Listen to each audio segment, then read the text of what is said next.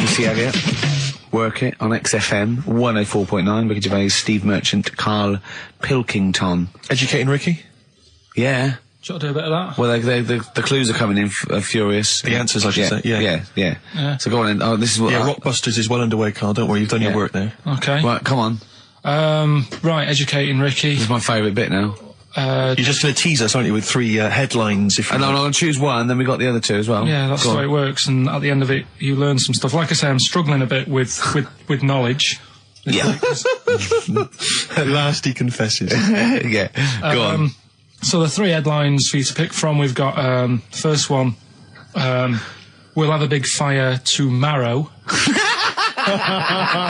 I got a feeling there's some vegetables involved. Yeah, go on. Maybe. Second one,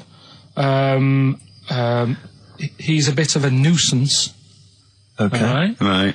And third one, I'll bacon in the morning if you're sick of having me here.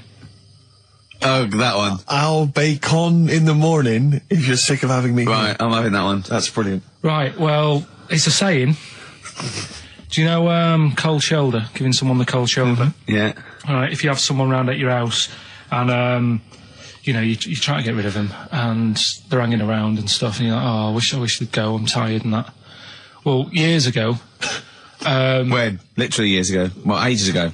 Sort of, Olden times. I think it said medieval times. Yonks ago then, yonks ago. Yeah, medieval, We're going back quite a bit on this Well, one. you know when you find out these books, why don't you just pop down when it was? Just make a note. I don't think it says all the time. It just sort of says, you know, a few years back. Yeah. Oh. No, it doesn't. Well, never. All right, I'll make an effort next week. Okay. Right?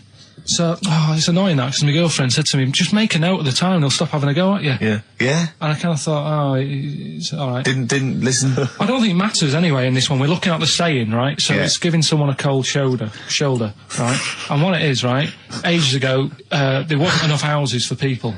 Right. Because there wasn't much money being made. You know, there weren't big businesses. People weren't earning good money like they are now. So there wasn't as many houses, right? So what you ended up getting is like, you know, the rich people having a nice place to live. Oh. And the poor people were like wandering about, you know, looking for places to live and that. And what they ended up doing is they had like, people would go around to the mate's house and say, look, I haven't got anywhere to live. It's a bit cold. Can you let me stay? Right? So they'd go, oh, all right, then you can stay a couple of days. But they ended up staying for like weeks. Yeah. Right? So to sort of get rid of them, what they'd end up doing, they'd be making the dinner, and they'd be making a lovely dinner, like a bit of meat, nice warm meat, and nice veg, gravy. And this happened every time, did it? This is where the saying came from. This is what happened, Rick. This is what happened every time. It was in that vague book. The book of vague sayings and stuff. Right, so they'd be making a nice meal, but what they did, they looked after all the family. But the person who won't go home, they just give them some, like, sort of a cut-off of cold meat. Right. So they'd say, you're giving them the cold shoulder. Meaning... Right. Okay, that's rubbish. Okay, absolute... Carl, why would that necessarily work? Yeah. Why do they always, in every situation when you want to get rid of a lodger, well, still feed him every day, but make the meat lukewarm.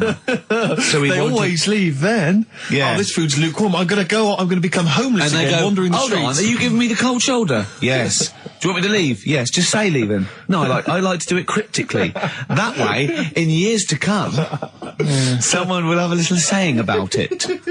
Well, anyway, that was our bacon in the morning. If you've had enough of meat, we'll leave that. Well, bacon in the morning! Oh, bacon in the morning if you've had enough of me! Come back. What are the others? Just tease us again with the others. We'll come back to those. You've got, he's a bit of a nuisance, and we'll have a big fire tomorrow. Nice, looking forward to that. Interesting. Karl is studying. Okay, what's the next one? What's the educating Ricky? I don't know. See, like I say, I was looking around and there's stuff that is interesting. Right, I was looking on the web. But there's no point. Well, it's just that I found one about... what's the point? About a lad who, 8 years old, but he's still breastfed. Now, I don't know if you can get anything out of that. Is that what his mum said?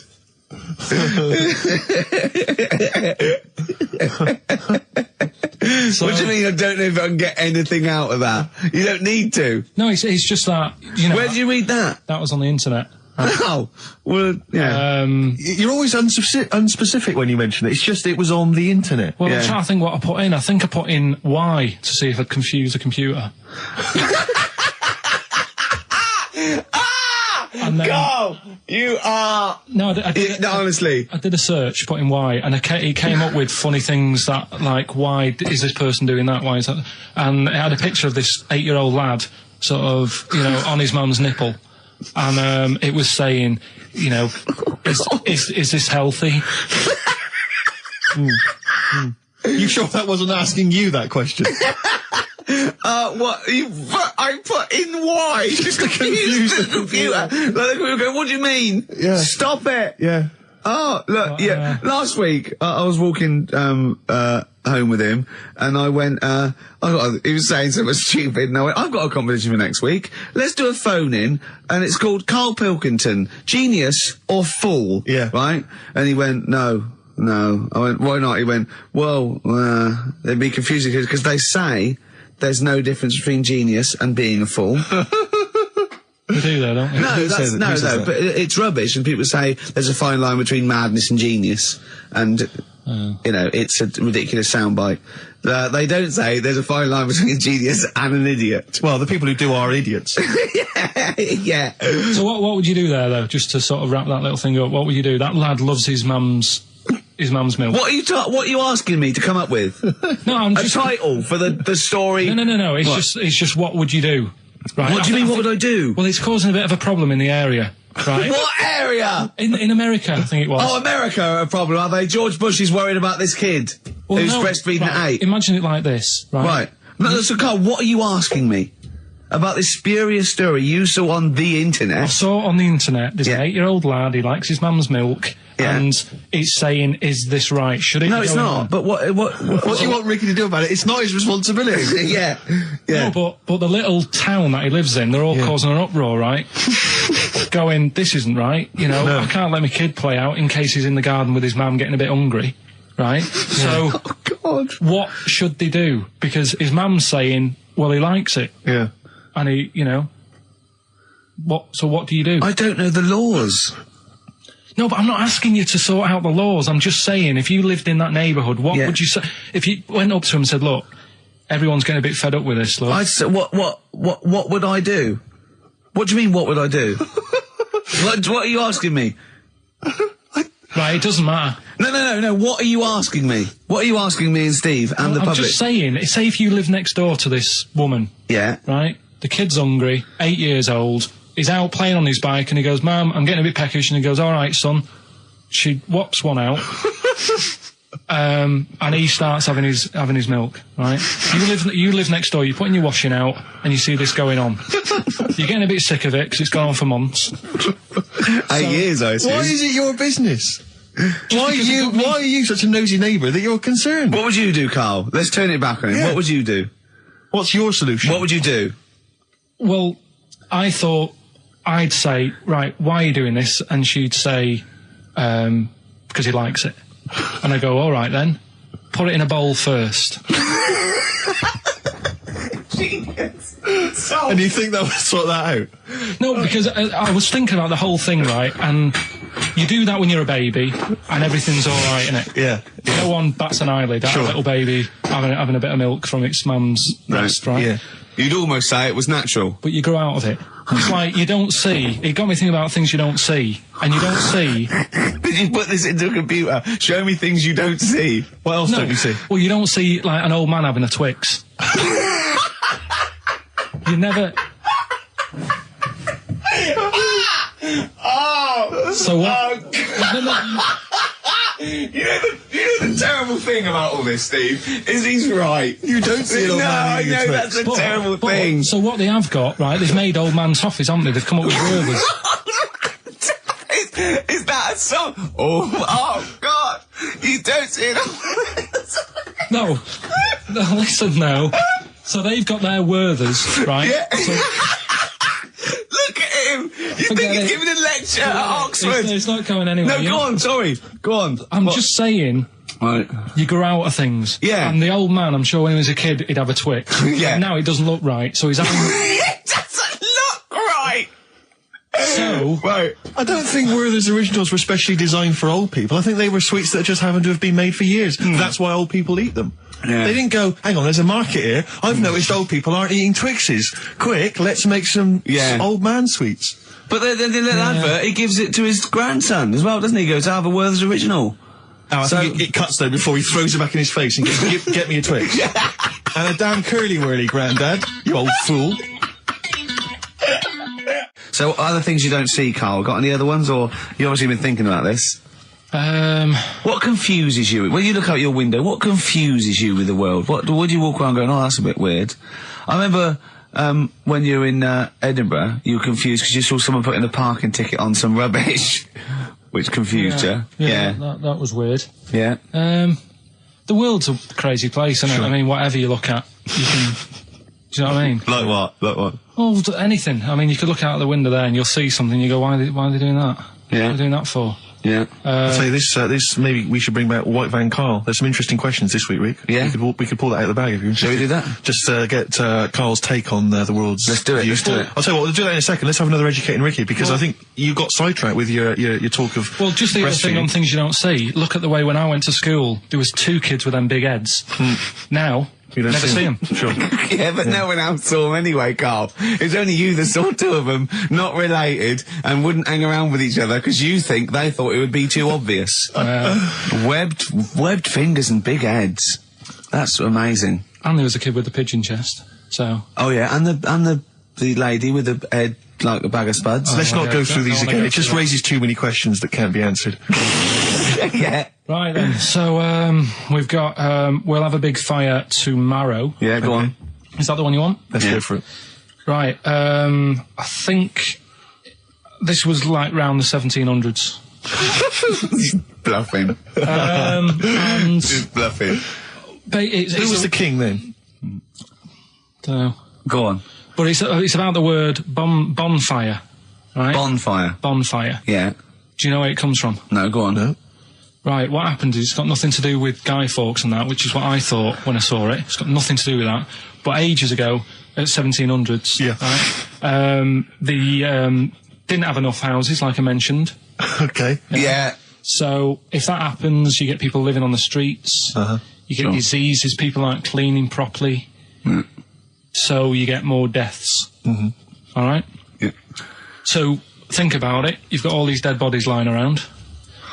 They're running out of space because there's like, I don't know why they're running out of space, but they haven't got much. I don't know why really. I was going to say they should have just buried them, but there's probably more land back then than now. Think about it. He doesn't need anyone else in the room to have a conversation dialogue. with himself. Yeah, we could leave and we'd come back and he'd go, I've sorted it. Yeah. But anyway, for some reason, They presumably, if it's going to be they burnt them, it's presumably to do that it also kills the parasite or whatever's carrying the parasite on them, as opposed to burying them and not killing the disease. well, yeah. So that's that. There you go. You've worked it out. They piled them up and they turned it into a celebration because there was a lot of fed up people at that time. Is this going to be the word bon, meaning good? No. I'll tell you in a minute. Go on. So you've got all these people who are like going around and like, oh, you know, so and so died the other day, and you know, nearly every week someone they knew was dying. So you can imagine like just constant like being depressed. So and they've got all these bodies lying everywhere. It's like, oh God, what are we going to do? So they said, we're all too fed up at the moment. Said, let's make this a better world. This was 1701 by the time they got together. Yeah. So they said, what we need to do is have a big party. So they said, yeah. Good thinking. See what you're thinking. So they go, right, well, we'll put all the bodies in a big pile. And they're all diseased and that. So they set fire to the bodies. And they said, let's have this as a celebration to remember them by. And, you know, we'll have a drink and that and have a chat. We'll have this big fire going. And it came from bone fire. Ah, right. So Bone it was fire. it was all the bones. Bonfire is bone fire. Yeah. Excellent. Yeah. Yeah. That's interesting. So that's how it came about. Yeah, in the 1700s. Yeah. That was. No, probably. I reckon it was 1600. Probably earlier. I reckon it was the plague. I reckon it came from. But interesting stuff. Interesting Yeah, so stuff. that's Did you celebrate Bonfire Night? Is that a big celebration for you? Do you like the fireworks? I'm sick of fireworks. I just think they're rubbish. Yeah, I'm not impressed. I've never been impressed by fireworks. Even as a kid, you have to go to like sort of community kind of gatherings with a bonfire and fireworks, and some local vicar or whatever would come out. But I also think the adults think the kids love it, and if they just got together and said, "Should we go this year?" They'd all go, "No." Yeah, absolutely. Let's not go this year. What would be better is if the vicar had wheeled out like a massive rocket, climbed in, gone last one to the moon as a bender, and then fired himself off. Now that, I'd pay to see. That's a firework display I'd like to see. As it is, it's just rubbish. Oh dear. Yeah. That's your feeling, excellent. Carl? Yeah, I'm not keen. No. Sorry, what clue was that? We'll have a big fire tomorrow. Bone marrow. Bone marrow. Genius. Let's play the record. Oh God! Featuring Van Morrison on vocals, that's Them, and Gloria. From the 60s. In fact. Adverts, Carl? Alright. Tell you what, why didn't you carry on with your educating Ricky section? I'll have a look on the We'll keep it going, Steve. Yeah, you keep it go on then. Right, okay. We've had a few emails. Anyone got it right, Carl? Anyone got it? Educating Ricky, that's the final one. We've got to get that out of the way. We've got to get Rockbusters as well, though. We can do that at the end, we can wait. Go on then. But we've only got 5 minutes left. Come on, just do Educating Ricky. Right. God. The last one that we haven't done is he's a bit of a nuisance. Go on then. Again, not really that interesting. Thanks. No, like again, I spoke to you in the week, and I had much better things. Like when I tell you about Brian Blessed climbing Everest, and for some reason it made him it played havoc with his belly, and he followed through, and he had to clean up. Shut himself. Yeah, using ice and snow. Why are you telling me that Brian Blessed? In what way is telling me that Brian Blessed shit himself once in any way educational? Because I was saying how he was climbing Everest, right? Right. I give it to him. He's an actor and that, but he gave that a go. Yeah. Right. It played. What's the point of that? You'd say, wouldn't you? You'd say, God, he's He's so he's all right. Me doing a boxing match for no reason is rubbish, but him climbing Everest and shitting himself, he did that. It's commendable. Right, and he's only going to go and do it again.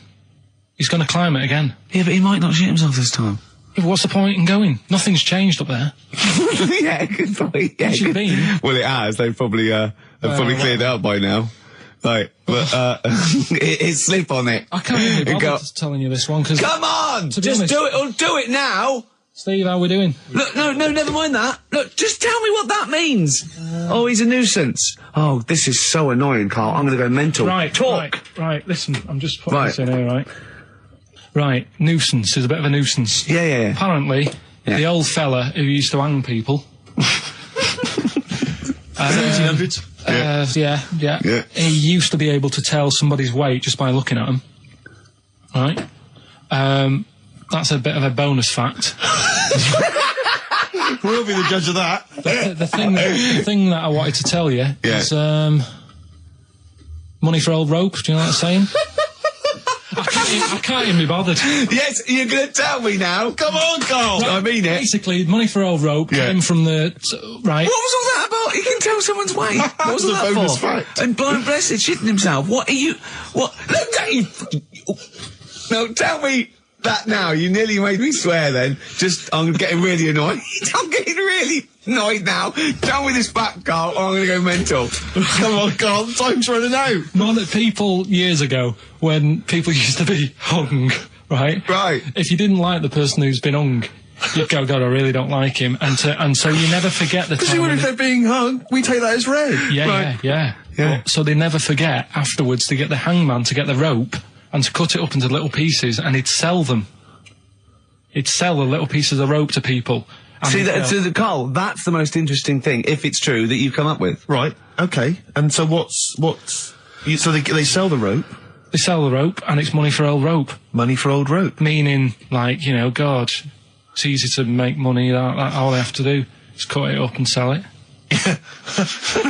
I'm cynical. I'm not so convinced. Listen, we're really tight. We haven't even got time for a last track. We've got an ad break and we've got to give out... Okay, give the answers then. This is ridiculous. So... Karl Pilkington. Indeed. Genius Karl Pilkington, as Heat magazine said. Really? Is that what he's referred to now? Yeah, yeah. Genius. Saying about people tune in just to hear his games, such as Educating Ricky. Have you got some Educating Ricky for me? Got some education. I need some education, Karl. I desperately need some education. I want to learn about Chinese kids that are born hairier than average. I want to hear about deaf girls that can hear after their mum hits their head against a wall. These are the things I need to know. I mean, I don't wish to be disrespectful. He doesn't look like a genius. He doesn't look like a genius. But then I don't know what a genius looks like. Exactly. So, Steve. you know, I don't want to be an Look at Einstein. Yeah. Yeah. His mum thought he was mental as a child. Where'd you get that information from? That was in the Einstein book. Well, it was in the Einstein book, then it's truly true. Which Einstein book is that? His Theory of Relativity? The big book of Einstein stuff. Oh, yeah. Yeah, the big bumper book of Einstein stuff. It's for a coach trip, and you have to fill in E equals MC1 squared, 2 fish, or 3 hello, and then it's multiple choice, and you fill it. It's great. Did his mum think, A, he was a genius, B, mental? Most people go for A, but it is in fact B. She thought he was mental at the age of 28. Oh, Karl, you never let me down. You never let me down. So have you got Educating Ricky for me? We've got Educating Ricky coming up. Karl Pilkington in the chair now. The talked about, the acclaimed Educating Ricky. Right, well, just in case anyone's new, doesn't normally listen. Yeah. Basically, I'm Educating Ricky. Yeah. Do a bit of research in a week, find stuff, news, history, anything that's interesting. 3 stories, I give them a nice little headline. You take your pick. Yeah. Between now and 3, you're going to learn 3 things. Yeah? Yeah. So, the headlines are, I'll be no buying one of them. Give us that again. I'll be no buying one of them. Nice, okay. Yeah. We've also got hippopotamus. Okay. Okay. And can you believe it? Can you believe it? Well, I'm going to go for hippopotamus. Hippopotamus? Hippopotamus. Right, well, this one, it's... I'm not going to take the credit here. I heard Christian talking about this on breakfast, right? Because it's a good story that happened. Basically, I don't know if I told you about it last week when we were having our spaghetti. But, I think you did. Right, I know what it is. I know what this is. Okay, I've not heard this. Right, there's a little midget. Right, there's a circus. I'm loving it already. Circus going on somewhere. I think it was in America. Yeah. And, is that present day or old times? I'm talking like in the last 3 weeks. Okay. Right. Little midget. Circus, really packed out show. People are loving it. Right, Steve, you asked the same question I did. I know. So there's a little midget jumping up and down on a trampoline. What circus is this? Right. I'd pay good money to see it. So everyone's clapping, and he's getting carried away. Because he can't believe they're loving it. I didn't know they'd like a little person on a trampoline, but they love me. But you know what it's like when, if there's a crowd of people sort of encouraging you to sort of go higher and stuff. Yeah. And I'm sure he knew it was getting out of hand. But he was jumping and he was coming down the road going higher, and he's going really high in the air, right? So he's doing this, crowd are clapping. There's a hippo, right, just sat next to the trampoline getting ready to come on and do his act. Oh, right, I thought he was in the audience. There's a hippo getting ready to do his act, Steve. Yeah. So he's a ventriloquist. What do you mean he's sitting by the trampoline waiting to do his act? Because why does he sit in the dressing room and they go, 5 minutes, Mr. Muss, 5 minutes, Mr. Muss. So anyway, right, so the hippo's there. He's getting annoyed, is he? Because the midget... He's going, how can I follow this? This is really annoying. They're going to be, no. So he's thinking, he's already done the trampoline, my pogo stick act is never going to work. Yeah, go on. So there's a hippo waiting. See, it's a great story, and I just know he embellishes it or it gets slightly wrong. Go on. So there's a midget jumping up and down. The hippo's getting annoyed. The crowd are going mad. The midget's loving it. Can't believe his luck. Although you think he probably knows he's dicing with danger. Yeah. So next thing you know, they're all saying higher, higher. He gives it one big, heavy sort of landing on the trampoline. goes really high, but goes off at a funny angle. Oh. Hypotenuse. Okay. Yeah. And sort of flies up. Hypotenuse! Sure. Flies off at a funny angle. Oh, dear. Hippo's there, swallows him whole. Crowd are clapping, thinking that's why the hippo was waiting there. Rubbish. Rubbish. It's not rubbish, though. But no, maybe there was an accident in a circus with a midget and a hippo, but at no point was this hippo waiting to go on, going, come on. The midget flew off at hypotenuse and landed in the hippo's mouth and was swallowed whole. This is what you embellish it. That is great. And what's I that? have to say though, Rick, when I heard midget, trampoline, hippopotamus, I was thinking accident waiting to happen. Yeah. So. Yeah, maybe. I mean, it is that you should never put those three together. Never. It's a recipe for disaster. Everyone knows that. Midget, trampoline, hippopotamus. Are you mental? You're asking for trouble. Well, you know when he told me it, he said, and the midget, he didn't mention the hippopotamus, and he said the midget went on, and soon he fell off, and the hippo ate him. And I said, sorry. What was the hippo doing there? He went, it's a circus. I've never heard of a circus having a hippo. What do hippos do? What can they do? You can't train them, can you? What do you... Aren't they, like, very deadly? They're huge, aren't they? You can't have a hippo in a circus. Are you sure? You're not thinking of Zippo? He's neither clown. Yeah. No, and it wasn't some sort of where Zippo was eating a midget and it's some sort of horrible sexual act. No, it was definitely, I heard it on breakfast, right? Oh, okay, sorry. No, it's definitely fact. Yeah, okay, right, truth. okay, good. Do you know what a pelican, I read the other day, that has to turn its head upside down to eat? Give us the clues. So, Rockbusters... Well, let me just explain. A bird has a gullet, an esophagus and a gullet is all in one thing. It hasn't got peristalsis, which is the movement that we have that can make food. So a bird can only rely on gravity. Yeah. So it has to have its head up and has to shake. It can't eat. You were going to say that, weren't you, Carl? Yeah. Yeah. Educating Ricky, part 2. Right, what's the clues left? Well, we've got left the headlines. I'll be no buying one of them. Yeah. And we've also got chicken. You believe it? Chicken. You believe it? So they're the two that are left. Which one's you going for?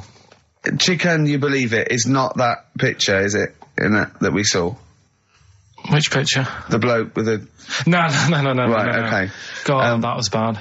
Right, okay. So... I just better explain we that. We can't really discuss this on air, can we? Well, we can. Steve brought in, Carl, the best book ever, which is, what is it? I found it when I was moving house. It's an FHM publication, and it's kind of like lots of grotesque pictures and stories, and like a book of freaks and weirdos and... And Carl opened it, and the first one was like... At the back. At the back. Well, you couldn't believe your luck, could you? What was it? What was number 50? A bloke with two heads. And he said, what's number 1? Yeah.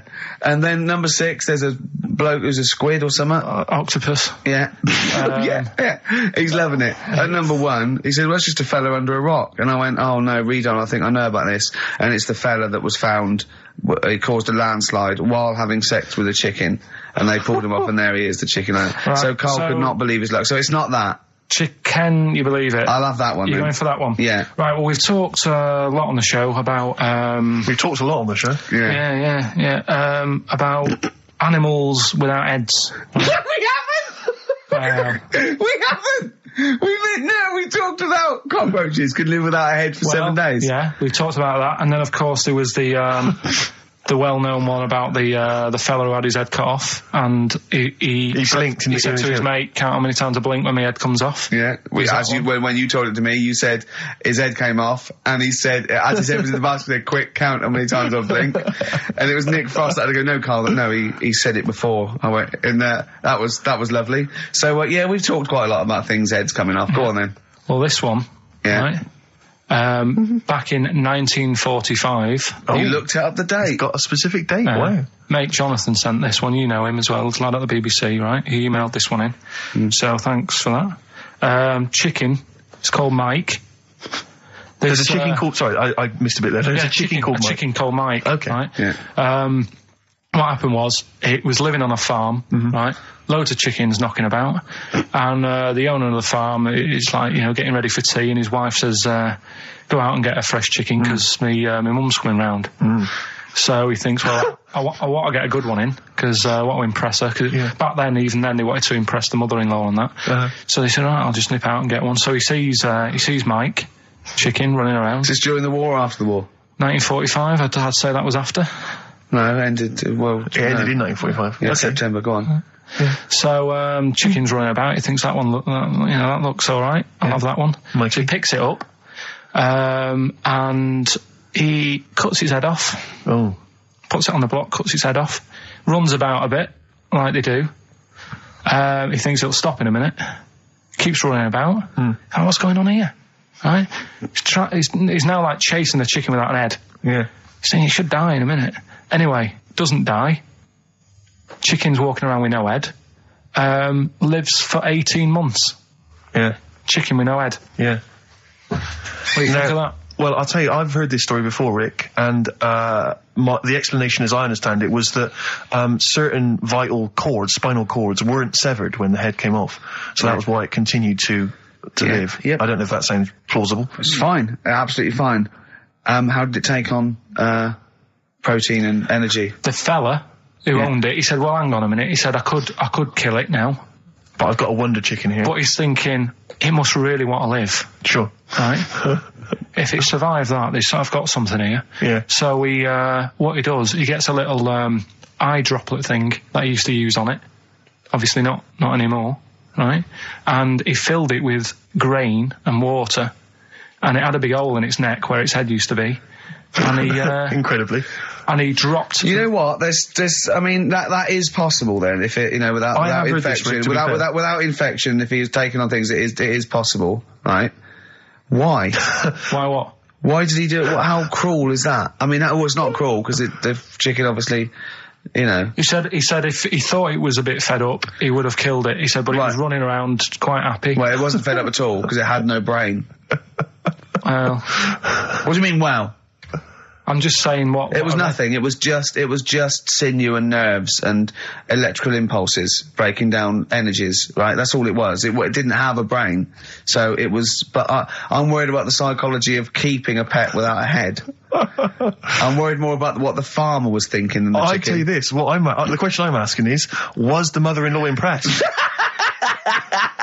I mean, that's why he set out to chop Mike's head off. This is lovely, but it's just the head. Well, you don't kill a chicken like that all at once. I thought we were having chicken for dinner. Come and look at this, running around the yard. Yeah.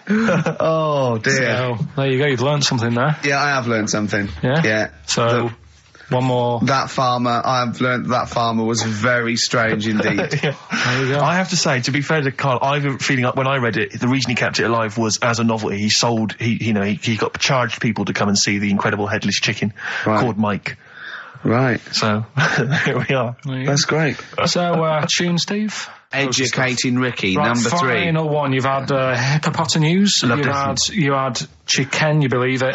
And the last one is I'll be no buying one of them. I love that one. All right. Interesting one, this. I spent probably 3 days looking for this stuff.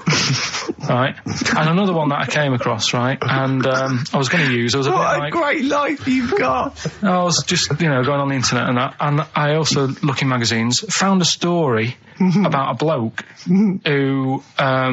I don't know, he was messing about with a chainsaw and I don't know, he was messing about with a chainsaw. He was juggling a midget and, whilst taking his alligator for a walk. And, go on. And his arm, come off, right? Come off? What do you mean his arm come off? The chainsaw took it off. Yeah, so okay. It's like, Again, anyway, he's going, oh no. Oh. So, there's a picture of him on an exercise bike, sort of just with a little stump sort of balancing, but he's getting on with his life, he's happy and everything, everything's fine, he's not complaining, it's his own fault, he's got no one to blame, right? So anyway, he goes to the doctors, and the doctor said, I can do something there. So he goes, well, it's alright, I'm getting by alright, don't worry about it.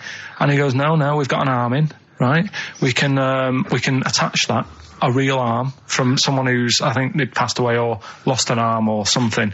And they lost an arm and didn't want it back. Yeah, he went, I'll have it. Are you using that? Yeah. No, because I know someone. Because I know a bloke, actually. Yeah. Well, can't you just put this one back on? Well, it's first come, first serve, really. I was just building a bionic man. We've replaced one arm with a robot's arm, so we got a spare one. So the doctor's going, let me put it on. He's like, well, all right then. So ungrateful bastard. So he does the operation. Everything's fine. He's loving it. He's happy again because he said he can brush his teeth. Right. Okay. If this is going to be he's something loving like it again because now he can brush his teeth. Right. If this is going to be, and it was a leg. Or it was a chimp's arm, or it was the arm of a killer. It was 2 left arms, right? I'm going to kill you. Oh, let's leave it then. What is it? What's the answer? No, it's not that. I'm just. What is? Okay, right. So he says, "Go on and do it." So he sews it on, and like I said, he's happy. He's brushing his teeth. He can have a pint in the pub. He's lifting a pint with it. All his mates are happy for him. It goes on for about 2 years. Everything's fine. Then it all starts going flaky. Oh, I knew it would. Was it made of chocolate? All right. So it all goes all like gammy. And then, for some reason... starts going gammy. It goes gammy, and it gets longer. Of course it does. So there's a picture of him, right, stood in the magazine. He's stood there with his arms by his side. One arm's normal. The other one is, like, past his knees. He can pull his socks up without bending over. So is this going to be... They gave him the arm of an 8-year-old child who would have been the tallest man in the world? No, he just said, oh, what am I going to do? And the doctor said, oh, there's not much we can do. And left it. Wait a minute, you can't leave it there. That's not a story. So, Karl, you've got to tell us the explanation. Was it an incredible plastic arm? An incredible expanding arm? Did he fight crime later? No. Well, that's the end of the story. You've got no scientific explanation as to why... That's why I didn't pick it. But you just told it to us anyway. Yeah, but I'm just saying the sort of knowledge I come over when I'm looking for the good knowledge. Yeah. So why did his arm grow? Why did this arm grow? He must have had an adult arm. They couldn't have given him an arm. I don't know. It's just what I'm... It's rubbish again, isn't it? Well, I think it's an interesting story, but you should have... It's not, it's rubbish. It didn't happen. To the end. There was photos. Proof. Yeah. But you should have read to the end of the article, Karl. No, I did. And he said, he's not happy and he wishes he wouldn't have had it done and all that. And, Sure this wasn't entirely unexpected? No, seriously, he was saying, his teeth are nice and clean again because he could brush them and that. But his arm's getting in the way. Ruining his shirts and everything. So I'll leave that. Let's play a tune. Let's come back with the next one because I love the fact that this is like Ronnie Corbett telling one of his jokes. That's right. That wasn't even the story. He was going to tell us. Play it, record. Oh God. I'm Ricky Gervais, obviously, Steve Merchant, Karl Pilkington. Well, Karl, that's about it. And we got sidetracked on the last Educating Ricky. You telling me about a man whose arm grew. Well, something went wrong. I'm not saying it grew. Just saying. What? The rest of him shrunk? It went long. It went long. What, is that growing? What do you mean it went long? Did it grow, or what? Did it come loose? That's what I was thinking. Oh, so it's hanging by a thread that's made it look long? Within the skin? It's like how you can stretch a pair of tights if something is too heavy. Arms are very much like tights. The one that we didn't get round to on Educating Ricky was, I'll be no buying one of them. Go on. Are you familiar with the saying white elephant? Something is a white elephant. I don't think so. Hold on. You phoned me last night and said, what does white elephant mean? And I told you. Yeah, I know, but I know where it came from, but I just was wondering what it was about. So in what way is Educating Ricky you calling me up and asking me something? Well, do you know how it came about? You've given away some of the secrets of the show there, it would appear. I didn't realise he was phoning you for information. Well, he just asked me what the term white elephant meant in sort of like colloquial. Did he say, why are you interested, Karl? No reason. No, go on. Well, what it is, ages ago when... So what do we understand white elephant to mean? Well, some of that's useless, that's like a bit of something that you wouldn't want around that's just stood there doing nothing. Yeah. I'm looking at you, Karl. So, So years ago, when people used to use elephants... Years ago, go on. When people used to use elephants? Yeah, more than they do now. Right. More than they do now. This doesn't involve a midget, does it? No. So you know, they'd use them in the workplace and stuff. As factories. Yeah. To move stuff around and that. Yeah, security guards. Yeah.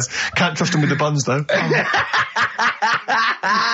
That's why they stopped using them. Oh, right. God, go on. So there was loads of elephants knocking about, and the thing is, right, you couldn't move from. If you have a lot of something, you also have a lot of demic ones, don't you? A lot of what? You know, sort of demicky ones that aren't right, really. Demicky? Well, you know, like, they weren't properly.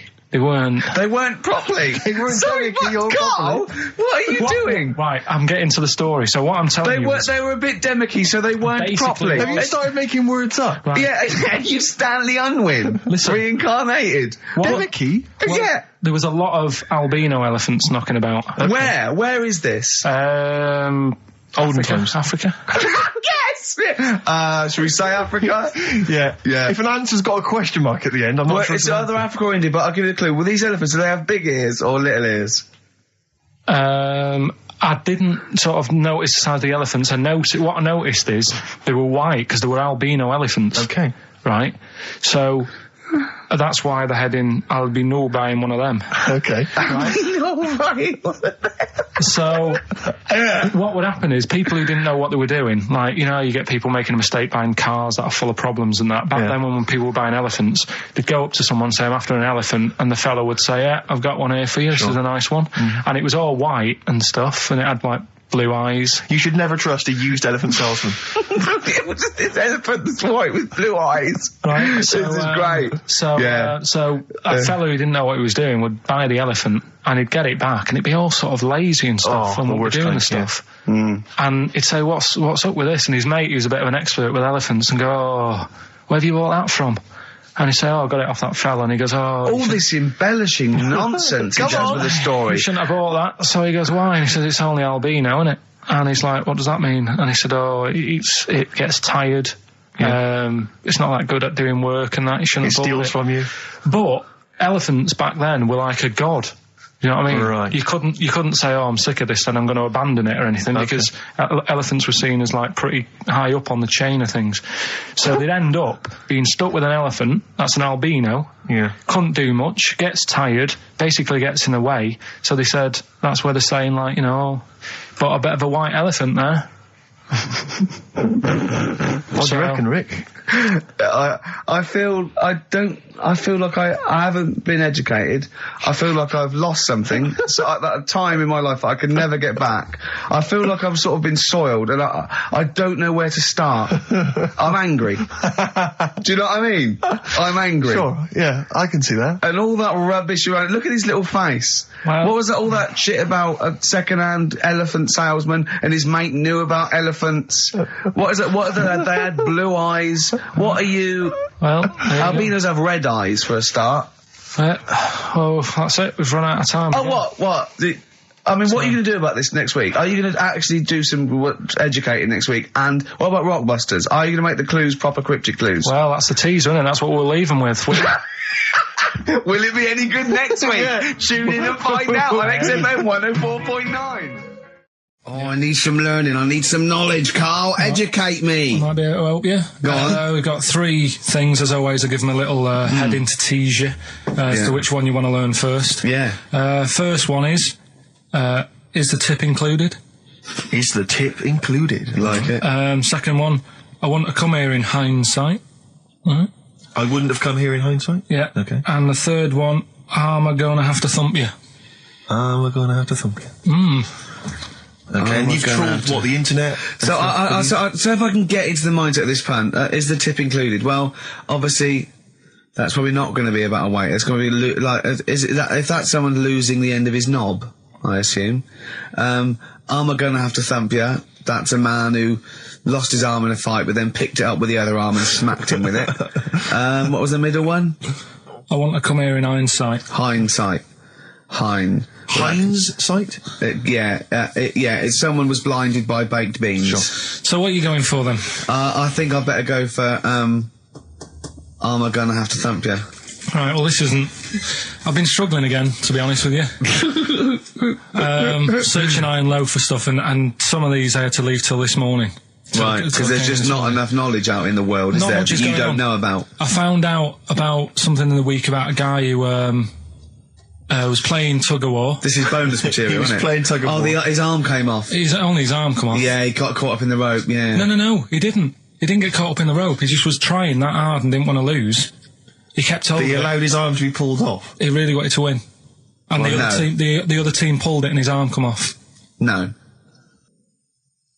Well, I don't know who to believe. Well, think about it. If he's gripping, yeah. As soon as there's tension, like the arm coming out of the socket, the hand might release. I think his arm got caught up in the rope. And so it was involuntary, as opposed to him going, well, my arm's coming off, but I'm not going to lose this. You might be right. That's the fact. That's a bonus. That's a bonus fact. Yeah, well, that's educated me. Well, a man lost his arm. Oh, interesting. Go on. I'm gonna have to thump you. Yeah. Do you know the saying, shut your face? Yeah, I've heard the well-known Shakespeare, innit? Yeah. Do you know how it came about? No, Joe Dolce. No, go on. It's ages ago. Oh yeah, literally. Like knights who wore armour. Okay. That's armour gonna have to thump you. That's how it came about. Okay, armour. They wore all the stuff and they had the helmet, and say if they're guarding something at night, stood outside a castle or something, yeah. And there's probably going to be two of them, right? So they stood there talking and that, and talking about stuff, and the future, medieval stuff. One of them was like, "Oh, we should shut up. You know, I've been stood here for hours," and he's going on and on. Yeah, sure. So he'd say, "Shut your face," meaning, shut the guard down on your helmet, the visor, and I can't hear you then. So shut your face. Shut your face. And that's how it came about. Well, I suppose it would be interesting if I could just rely on it. I'm not sure it's true. I know. I just never know. It needs to be corroborated. It's like, I don't know where he got it from, but anything via Karl is precarious. Yeah, I mean, I feel like maybe you should give us your sources next time. You know, tell us where you got this information from. Got it off the internet. Yeah, but where on the internet? I can't remember where that one was. I mean, I always go through like the news pages and stuff, and this news should be updated because they've only reached the 17th century, which was last week with people eating tomatoes off lead plates. Then I look at news and there was stuff about a woman who was in a shop and she, I don't know, they had some workmen in doing the shop up, and they had some wood glue left out, and she asked for some pear juice, and then the guy went and thought the glue in the thing was the pear juice, and she went and drank that. But that's not really news. No. So I thought, well, we're not having that. I wish you hadn't told us. There was one about... So there's some poor woman now whose tiles have fallen off because she tried to put them up with pear juice. Yeah. See, that's the danger of mixing up pear juice with toxic glue. Yeah. Your wallpaper and your tiles and everything just fall down. There's also... Be careful, everyone. Be careful. There's something about kids having hamburgers, it makes them fat. Hold on. What? Having food with high fat content can make you put on weight? Yeah. Don't believe it. You're an idiot. What's the next one? Well, no, let's play tune. You've still got to come. You've still got I Want to Come Here in Hindsight, and you've still got Is the Tip Included, but we've got a bit of... Karl just said to me, here's something. You can't hold your breath to death. Have you tried it, Karl? It's just another little lesson. There's someone here who's in a really low ebb. They've been listening to a show, they were going to commit suicide. They just start holding their breath and they're like, oh, screw it. Have I told you that programme about the scorpion? How they all help each other out? Right. Scorpions all help each other out? No, this is brilliant, right? Somewhere in the desert. Okay. There's these little... In the desert. It's like these little monkeys that are underground or something. And there's holes. Is this Beneath the Planet of the Apes?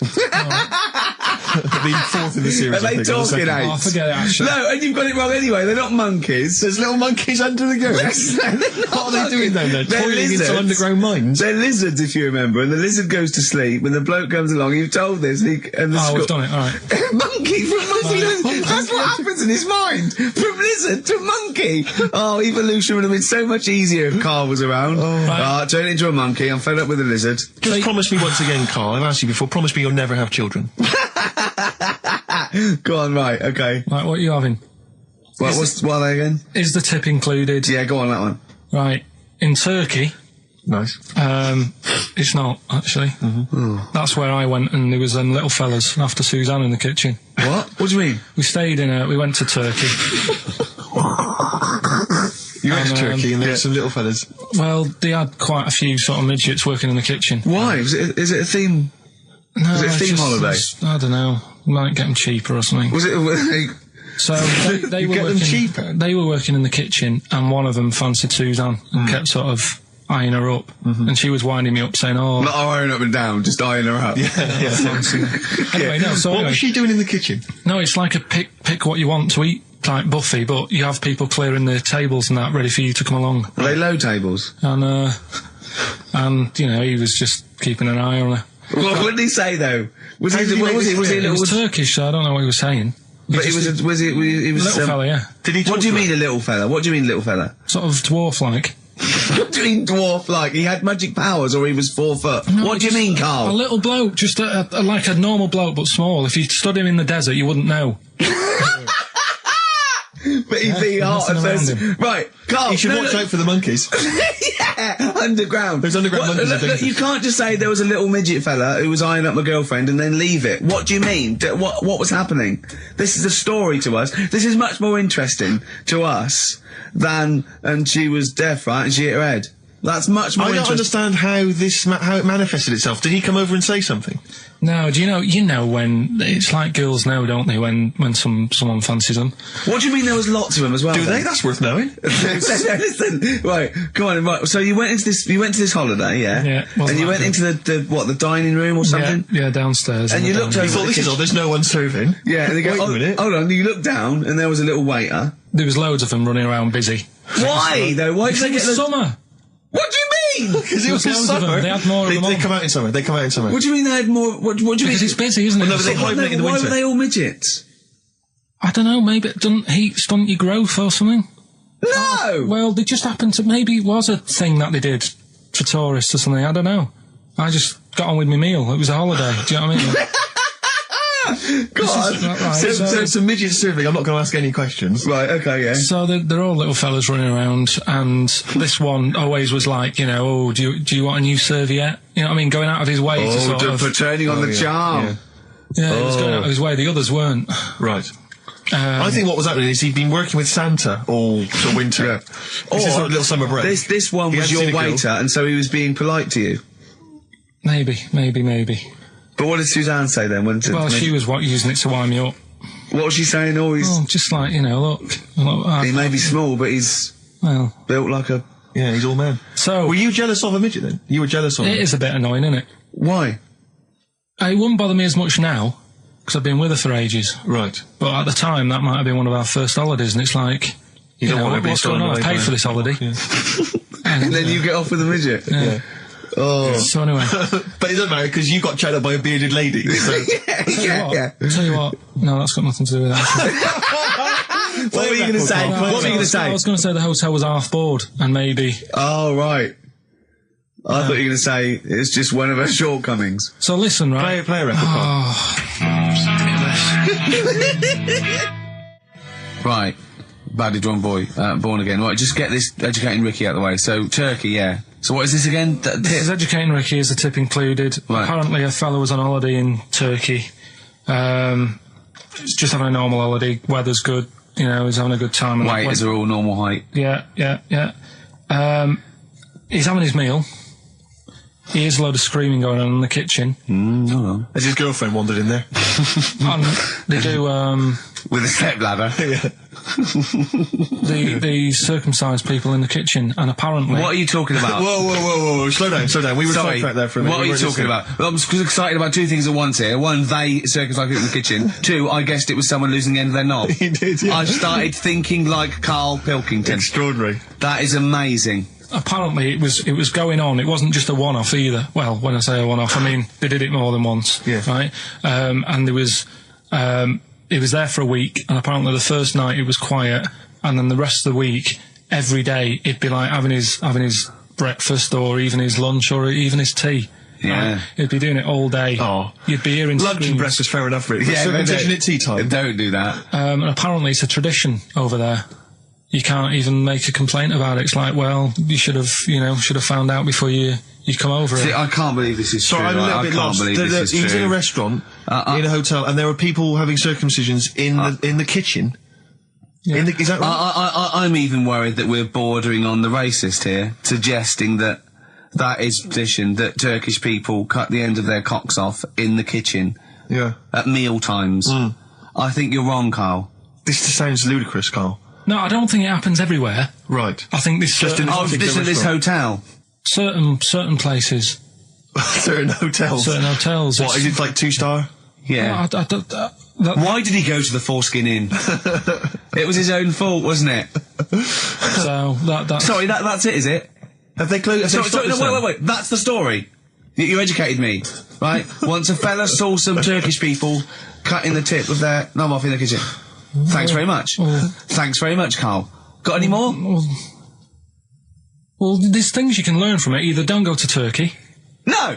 Don't have calamari when you're over there.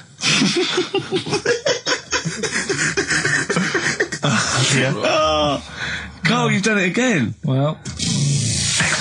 You too. I love that one. On XFM 104.9. I'm Ricky Gervais, Steve Merchant, Karl. Okay, Karl, one more. Can't we just... Don't get the just because so far you've come up with nothing. What's the last one? Give us the teaser clue again. It was, I want to come here in hindsight. I wouldn't have come here in hindsight. Yeah. Right, give me some education. This will be the thing that teaches me something. I can feel it in my bones. Come on. There's a kid in Kenya. He was messing about with some beans. Magic. We guessed that as well. You did, yeah. He's fed up because we've guessed his puns, I think. He put one of them in his ear. Yeah. The mum or the dad said, what have you done that for, or whatever. Yeah. So I'll have to take you to the doctors now. So they took the kid to the doctors, and the doctor said, he said, I can get that out, I can sort that out for you. So he took it out, and the doctor said, right, that's £3.50. And the dad said, I've only got £2.70 on me.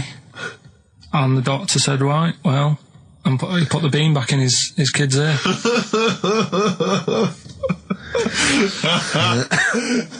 I don't know what to say. I don't know what to say.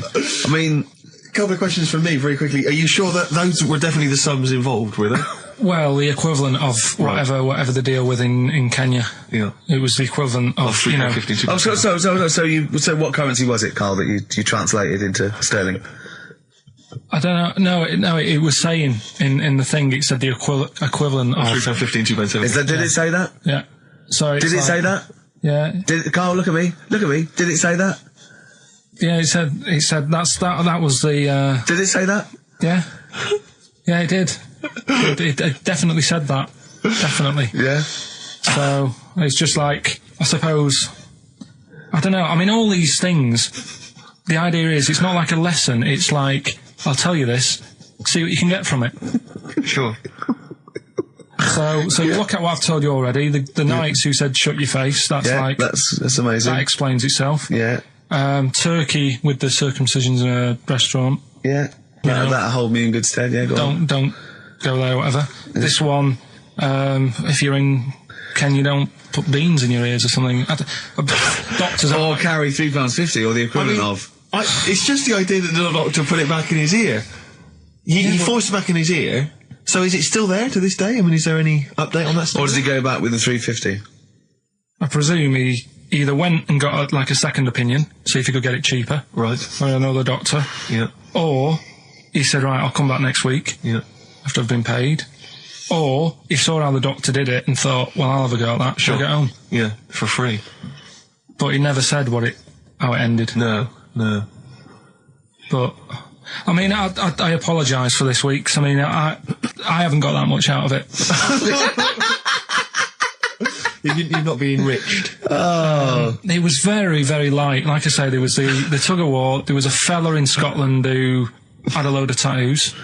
Okay. Is that it? Is that the end of the story? 98% covered. Right. Just between his toes, he didn't have done. Why not? Because it looked stupid. I don't know. It just said 98% done.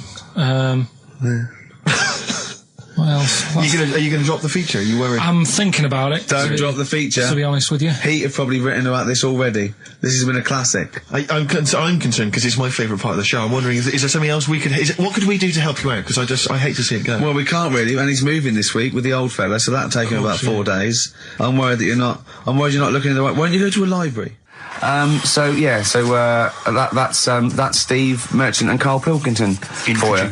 Coming up on the show, we've got Educating Ricky. I'm not happy with this. Oh, really? Because the last few weeks have been genius. What is a drop in quality, is there, of the education of me? Well, it's just, like I said, I've wasted a lot of time this week searching on the web, right? You wasted a lot of time searching on the web because you come up with things that aren't true. Why don't you look in books and verified sort of like journals? The web is the new book, though, isn't it? No, the web is the new book. That's the new going wrong. Yeah. Well, so I've been searching. There's hardly anything. I spoke to you in the week. About Monday or Tuesday. What did you say? There's nothing happened this week in the world. There's nothing going on. There was a new car wash that you can put dogs in. There was a car wash you can put dogs in. That's the only thing that's happened in the world. And that and the jellyfish, and we've covered that. So, we've got, I've managed to find some bits, but it's not that good. Do you know what I mean? Like last week when you were laughing at me why do you want to confuse machines? Do you remember when he put in Y to a computer search engine to try and confuse it? I love the fact I want the computer to come back. Why not? And your head explode. I mean, I love the idea that you're trying to. I mean, it's better than what I thought you were going to say, which is, what if you put a fly in there? Anyway, yeah, right. We were talking about flies getting in a pod, and do you know, like how a Barbie doll, if it was real, it wouldn't be able to work. Do you know what I mean? A Barbie doll, if a woman had the proportions, she wouldn't be able to tie her shoelaces up and stuff because her legs are too long for her back and all that. Flies, scientists can't work out how they fly. It's a bee. It's a bee, not a fly. No, a fly as well. No. A fly is, apparently its body is like too big for its wings, and they still can't work it out. Yeah. How it flies. Which in your mind says what? Something spooky going on? They have worked it out. It's the fact that what they do, the wing actually beats a ridiculous about 150 times a second, so it displaces air. Yeah. So they have. I know what you mean. It's incredible that it can fly because it's got such small wings. Yeah. All right. And it's a bee, not a fly. So, yeah, but other than that, good point. Bowie. Another classic. Be My Wife off the Low album, David Bowie. Carl, come on then. Right. I need some education. It's Rockbusters. I know, but I need education. I need some education. I know you're telling us, but we've promised the Rockbusters. Educating Ricky, I will be ditching before Christmas. Why? It will be going. Why? Because there's nothing out there. It's just struggling. We have still got Educating Ricky. Go on, let's have one. No, I'll give you the titles. Give me the titles, yeah, go on, yeah. Right, you've got 3 bits of info that's gone on in the world, or possibly sort of information. Older times. Never go further back than the 17th century, do we? Well, no, let's make it clearer. There's 3 bits of information that people have put on the net. Whether or not they're true, different issue. And that he still gets it a little bit wrong in translation, and sort of adds bits to it. Yeah, go on. So we've got... I love it when he plays out those historical dialogues. It's like the 15th century where he goes, so anyway, a bloke says to himself, I'll tell you what I'll do. So the horse isn't happy. Yeah, go on. Right, so the 3 that you've got to pick from, you've got Get Your Kit On, We're Off Down the Butchers. Let's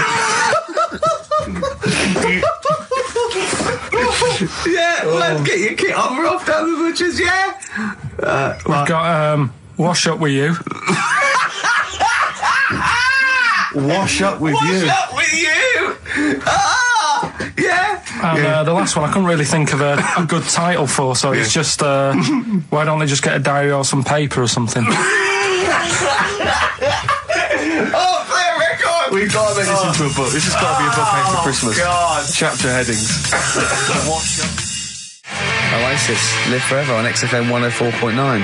Right, we're in the swing of things. It's mine and Steve's favourite bit of the whole show. This is what we do this show for now. Educating Ricky. Yeah. Go for it, Carl. You said that learning can't be fun. Yeah. Yeah? Okay, I'll go for the one. What's the one about the butcher going down the butcher shop? You've got get your kit on, we're off down the butcher's. Yeah. You going for that one? Yeah. Well, do you know the saying, don't let the cat out of the bag? Yeah. Do you know what it means? Yeah, well, don't give away a secret. Right. Well, do you know how it came about? No. Well, ages ago. Before, like... Ages ago. 17th century? Yeah, before, like... Yeah, 17's good. Yeah. Before, like, you know, proper butchers and Dewhursts and supermarkets and that, you used to get these blokes who sold meat. Right. Butchers, they were called then, I think. Yeah, but the difference was they didn't stay in the same place, they moved about. Right, so they'd turn up on a street corner, and he'd have, like, loads of carrier bags of, like... Carrier bags? Yeah, with meat in and that, and people would Plastic be like, carrier bags? Yeah, with mobile butcher on them. Yeah. Right, so... and an email address. Yeah, go on. People went, right, yeah, I need some meat, right, so they'd go up to this bloke and say, what have you got? And he'd say, well, I've got a you know, you can have a bag full of pig, or you can have whatever, a bag full of chicken, whatever. Yeah. And they'd go, yeah, how much? They go, you know, call it a fiver, whatever. Yeah. And they'd buy them, and to make more money, they didn't always fill the bag with what they said was in it. Oh, I thought that might be the case. Right. Yeah. So what they used to do? Did they ever put cats in there? Yeah. But I don't see what. Okay, so sometimes they would put a cat in the bag and pretend it was chicken or whatever else. Yeah, so... But why was a cat any cheaper than a chicken? Because cats are wandering around the streets, aren't they? Chickens aren't. So they'd get a chicken, they put a chicken on the top so that when they look in it, they'd go, yeah, that's all right. Got a bag full of chicken. They'd get home to make the dinner, and they'd be like, what are we having tonight? And they'd go, well, you'll never guess. And they'd have, like, you know, well, you can have a chicken leg, and... You know, but it would be a cat. Yeah. They'd have to defrost a pizza. Yeah. Did they mind that they were eating cat then, in those days? He didn't say. He just was saying about the saying, don't let the cat out of the bag. It's like, you know, if they see that, they're going to go mad. I'm mildly disappointed with this story.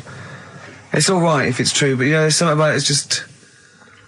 I want to know more. He always leaves it... Is it Carl doesn't quench your thirst for knowledge, he creates more. I don't know if that's a good thing or not. Well, yeah, he's like the pot noodle of information. Yeah, do you know, he never... I want to go... I'm not nourished by it. It's like if for every fact he tells me, there's 10 others that spring up that I have to get clear. Well, so it was the people that were doing this, it was the dodgy butchers that coined this phrase. Were they saying to each other, don't let the cat out the bag? I.e., what I mean by that, Jack, is don't let them see the cat. What we've stuffed in there. Yeah. Dodgy butcher, that's another phrase, isn't it? So that's the first one. Is that a euphemism, or is it dodgy butcher? As his meat delivered around the back. Sure. So that's that one. So let's get your kit on. What does that mean? It's a euphemism for homosexuality. Okay. And meat, presumably, in that means different things. It doesn't. It's a word that is also a male bird. Would it mean chicken or cat necessarily in that context? Or well, I suppose it could. Yeah. Carl's look at him. Carl looks at you like a cat. Yeah. Whenever we leave him behind, if we don't talk like straight at him and let him see our lips moving, and it's, you know, monosyllabic and very slow. Look, he's lost in that conversation there. He just drifted off, didn't you, Carl? No, I just was also thinking on animals and that. Something else I was going to use. Go on. Was this isn't a radio show, is it? I just suddenly caught myself. This is nothing. I told you that before. It's been bad today. No, but I mean, it's the way, this casual way that it's like we almost have no regard for our listener, and I'm not proud of that. I just don't know what to do about it. Do you know what I mean? I don't know how to do this properly. I mean, we're just chatting here. I mean, it's only Anderson who's seen through us, and that surprises me that more people haven't. I mean, what are the figures like? Do people listen to this show? I'll find out for you. You keep saying that. But, yeah, there's this parrot.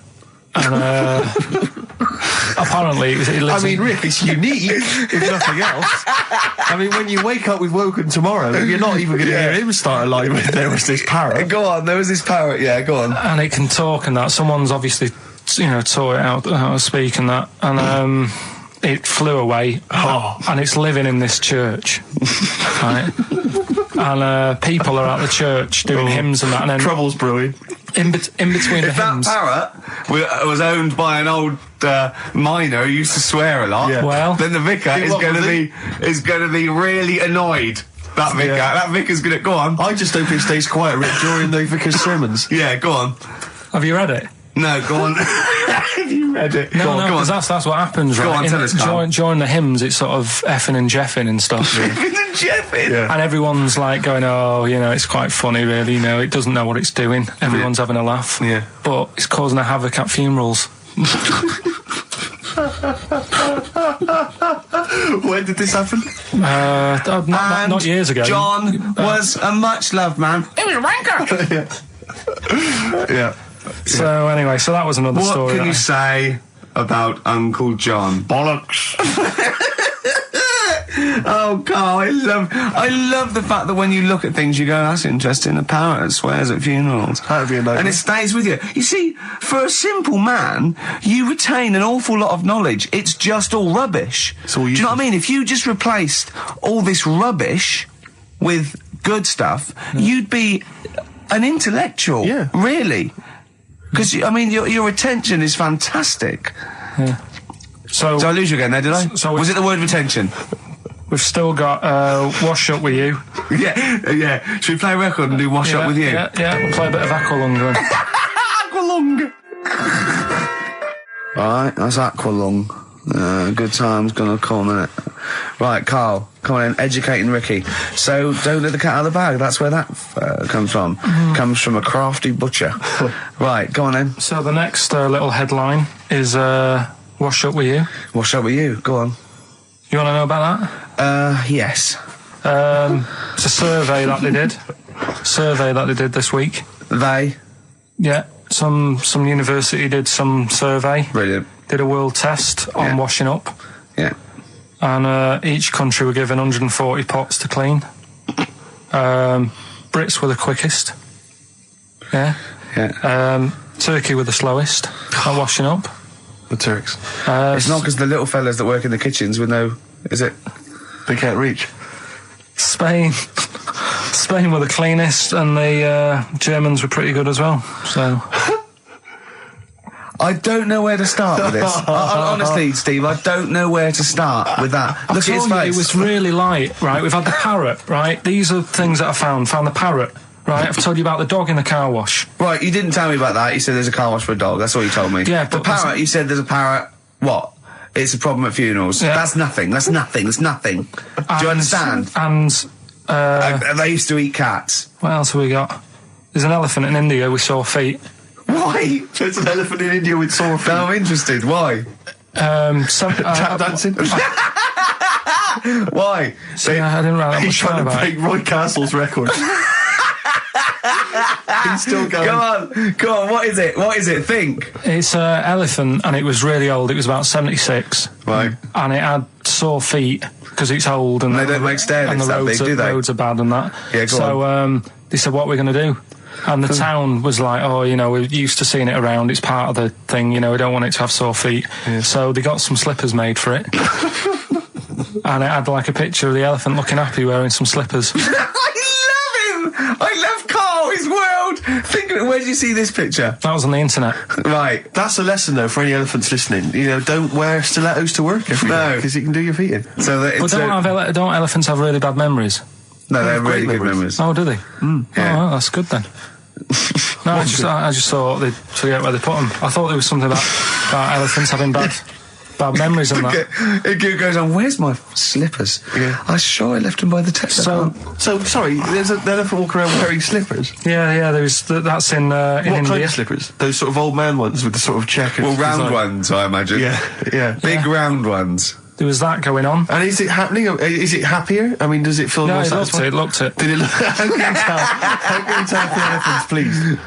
What else is there? There was a woman who's had a breast insured for 150 grand. Right. Okay. Any more information there? What? Third party fire and theft? Don't know, it had a picture of her with them, like, you know, out.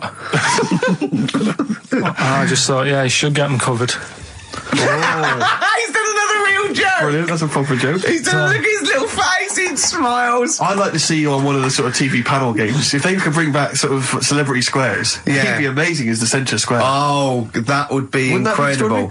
Or on Countdown in Dictionary Corner. I imagine him in Dictionary Corner. Well, I've come up with cat. If that helps at all. Yeah. Memblent. Yeah, what does that mean, Carl? Just anything you want it to mean. What I've got, there's a dog that's got a cough in Singapore because it smokes 20 a day. Right, okay, another one. No, it's the last one, and it's I'll save it. The last one we've got is why don't they just what was that? Wash up with you? That was it. But was that it? Survey of washing pots and pans. I didn't understand. You said Italy were the cleanest. No, Spain. No, Brits were the quickest. Yeah. We were the quickest, but Italy was the Spain was the cleanest. Turkey were the slowest. Yeah. Spain were the cleanest. But why weren't we clean then? Because we were washing up. Why were we not paying attention to the? We did it rubbish. We did it quick. We did it quickly, but I don't understand what it was being rated on. Who was doing it? Was it Lynette Newman or Ainsley Harriott? She's quick. Both of them are quick. Yeah. Well, they've got like kind of loads of slaves that do it for them. Did we use fairy liquid? Don't know. It didn't have. Did we use a whole bunch of Boy Scouts? Didn't say that. Just like Lynette. It just said, that. Who had the softest hands? Who had the softest hands? So it didn't say. I didn't. Why is it we don't get notified that this is taking place? I don't know. When I was a kid, no one ever said, we need recruits because we're doing a survey on who can wash up the quickest. Are you disappointed in yourself with that one, Carl? It is pretty dull. To be fair, and that is why we've got to bring in either con merchant or a wine merchant or shut up at your face. Yeah. Would you be able to, if I put you on the spot in the next, after the next record, would you be able to give an example of how con merchant would work? I mean, is there something you could do just to sort of experiment? Should we play record? I can do better than that. Yeah. What? Ads. Go on. Travis on XFM 104.9 on Ricky Gervais with me, Steve Merchant and Karl Pilkington. We're doing Educating Ricky. Right, final one. Come on, Karl. Right, what was it? It was, why don't they just get a diary or some paper or something to write on? Yeah. Because snappy. I couldn't think of a heading for it. It's basically Go on. People who have tattoos. I've never understood it. Right, that they have something put on their arm. Right, sorry. Have we started the educate? Is this part of it? Are you educating me? This is something that will be useful in my life that I didn't know about. Yeah. Go on then. No, it's just that they've got a machine out, right, that does tattoos. Tattoos. You come up with a design you want, and you this machine scans it, and you put your arm in this thing, and you press print or whatever, and then it does the tattoo on your hand. Or on your arm. Like loads of little needles that follow a pattern? Yeah, the computer, basically, yeah. Is it a real tattoo? It's a proper one. The fella said... well, as long as it goes out, it pierces the skin with a I just wondered if it's one of those kind of, those kind of... No, it must be lots of little needles or a moving needle that can go Sorry, along. But how is this cleaned, like, in between each person? Don't know, probably... I don't know. Well, no, it's only that if it's one needle, it's just the head, isn't it?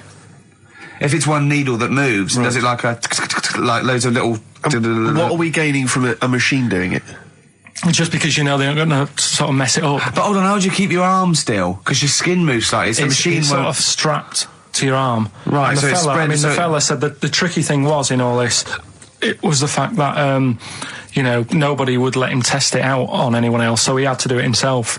But did it work? Because the thing is with a tattoo artist, they can see when your skin's moved and they can see what they've done and they keep wiping it and looking, whereas a machine's just got to trust itself. Yeah. So I think one needle could go wrong. If it was a lot of needles, that it just came down, 1,000 needles that was an imprint. Yeah. But obviously I'm asking someone who hasn't delved any further than there's a machine that can give you a tattoo. That's all you've got at the moment, isn't it? Well, basically. That's all you've got? I mean, that's what I've got, because I'm not a fan of tattoos. I don't... But where did you read this again? This was... Internet? This was on the internet, yeah, it was, yeah. Okay. And I just don't understand why people do it. That's what got me attention. Because me... Sorry, what have I learned from this? That if you wanted to get one, you know, you can get one done by a machine now. You know, people say machines are sort of taking over and that, and there's another one. But it's just the fact. I mean, I don't know. So give us the snappy title of this education again. Why don't they just get a diary or some paper or something to write it on? That's what I always think when I see people with loads of tattoos. Like there's that fella who we were talking about the other week in Scotland who was covered 99% in tattoos. It's just like, what have you done that for? Yeah. Do you know what I mean? You can't get rid of it now. You've done it now. Yeah. One of my uncles, right, Tattoo Stan, he's just caked in them. Tattoos. Right.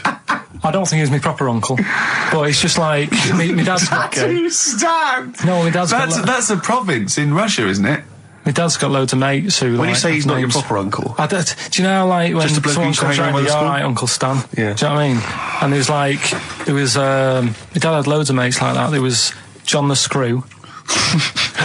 right? So he either works in a prison or he likes to have sex. Cabbie. Cab driver. Okay. There was Jimmy the Hat. I don't know where he Jimmy did. the Hat. Yeah. And did he wear a hat? No. No. There was Fred the Veg. You sure he wasn't a relative? Sorry. Fred the Veg used to get us like big bags of potatoes and that. Fred Veg, okay. And there was Tattoo Stan. Right. And he was just caked in them. And I used to always look at him thinking, why have you done that? I must have only been like, 6 I or suppose 7. if you're born with a name like Tattoo Stan, Exactly. you're destined, aren't you, were really? they like a 1950s gang? I'm worried about... I'm worried about... doing a bank job. What was his name? The Hat? What was his name? Jimmy the Hat. I'm worried about Jimmy the Hat. Yeah. Not having a hat. I don't understand it. Are you sure he didn't have a hat? Not when I met him. Did he ever wear a hat? I didn't see him that much. Do you think it was a joke, like, when your mate's sort of like, 8 foot and huge, you call him Little John or Tiny? Do you think... Well, the fact that he never wore a Yeah, hat. they went, hold on, I've noticed something about Jim. Go on. No hat. And I go, oh, true, let's call him Jim the Hat. Jimmy the Hat, yeah. But my Uncle Stan, he had like loads of them. He did them himself. Oh dear. And it was always that thing. God. What was it things like? He had like the cross. cut here, Made in Britain. And if you're going to do them yourself, I'd say at least make sure you're sort of a good drawer. Yeah. And don't do it in a mirror so it comes out backwards. Well, that was the other thing. But like, I remember he did. Names are all right. He had like all his kids' names down his arm. And, what are they called? Yeah. Oh, God, it's Tattoo Stan Jr. Yeah. And Paul shits the bed. I'm trying to.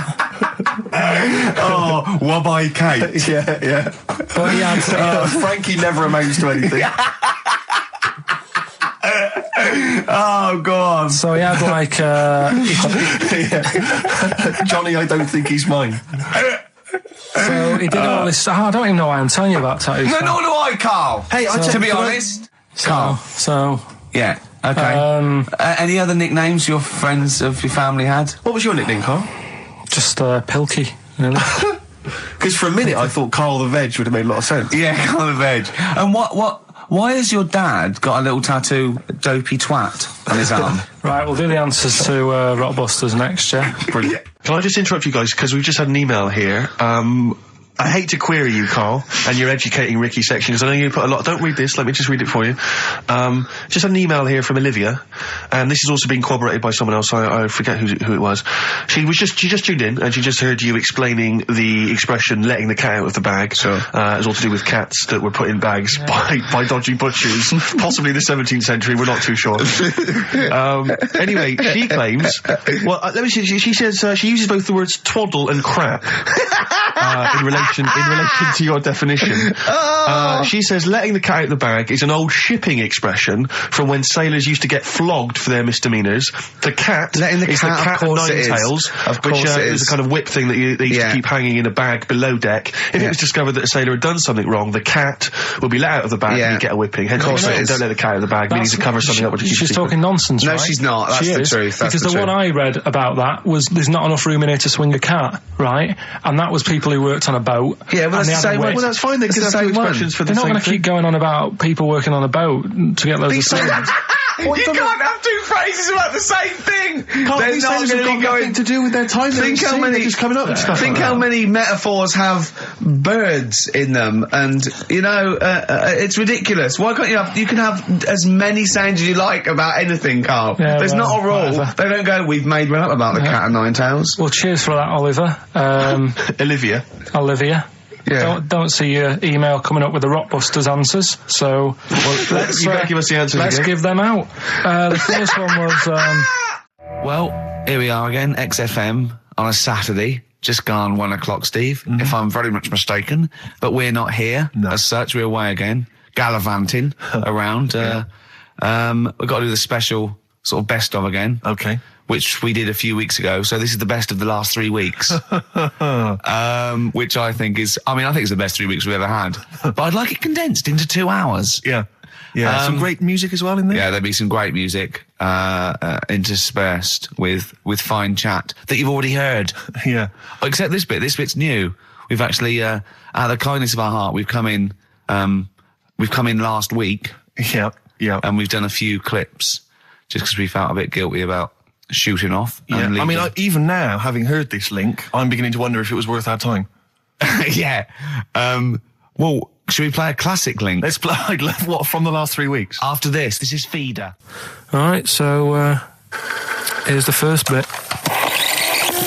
Travis on XFM 104.9 on Ricky Gervais with me, Steve Merchant and Karl Pilkington. We're doing Educating Ricky. Right, final one. Come on, Karl. Right, what was it? It was, why don't they just get a diary or some paper or something to write on? Yeah. Because snappy. I couldn't think of a heading for it. It's basically people who have tattoos. I've never understood it.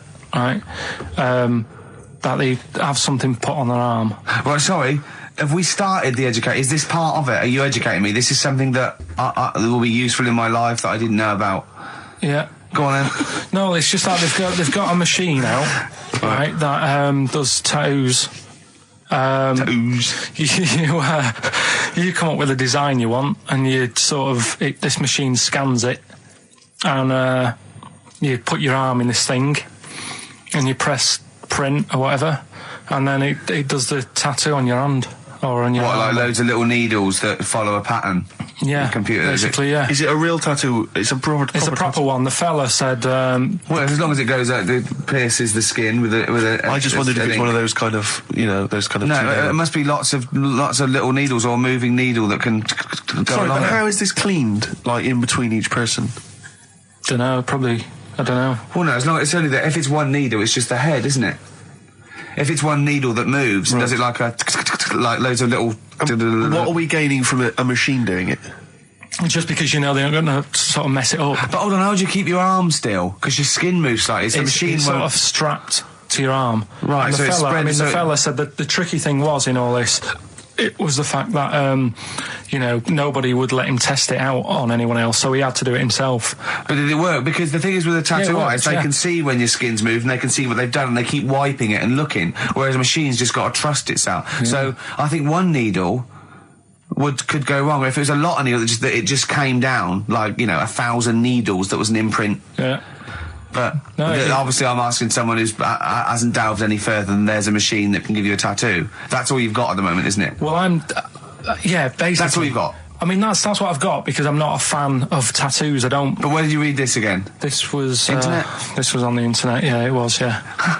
Okay. And I just don't understand why people do it. That's what got me attention. Because me... Sorry, what have I learned from this? That if you wanted to get one, you can get one done by a machine now. People say machines are sort of taking over and that, and there's another one. But it's just the fact. I mean, I don't know. So give us the snappy title of this education again. Why don't they just get a diary or some paper or something to write it on? That's what I always think when I see people with loads of tattoos. Like there's that fella who we were talking about the other week in Scotland who was covered 99% in tattoos. It's just like, what have you done that for? Yeah. Do you know what I mean? You can't get rid of it now. You've done it now. Yeah. What sort? No. The Pope. Yeah. What semi? Sorry, Mrs. Robinson, we're going to have to let you go. Yeah. Go on. You are the weakest link, Karl. Goodbye. Yeah, go on. The Pope Yeah, the Pope. Yeah, we've got the Pope. Yeah, that's not strictly a question. He wears a... He wears a dustman's hat. He wears blimey trousers. Yeah. Does he live in a council flat? Yeah, he lives in a council flat. He wears a semi-precious stone. What's the stone? The Pope wears a semi-precious stone. What is the stone? You mean, what is it called? Yeah.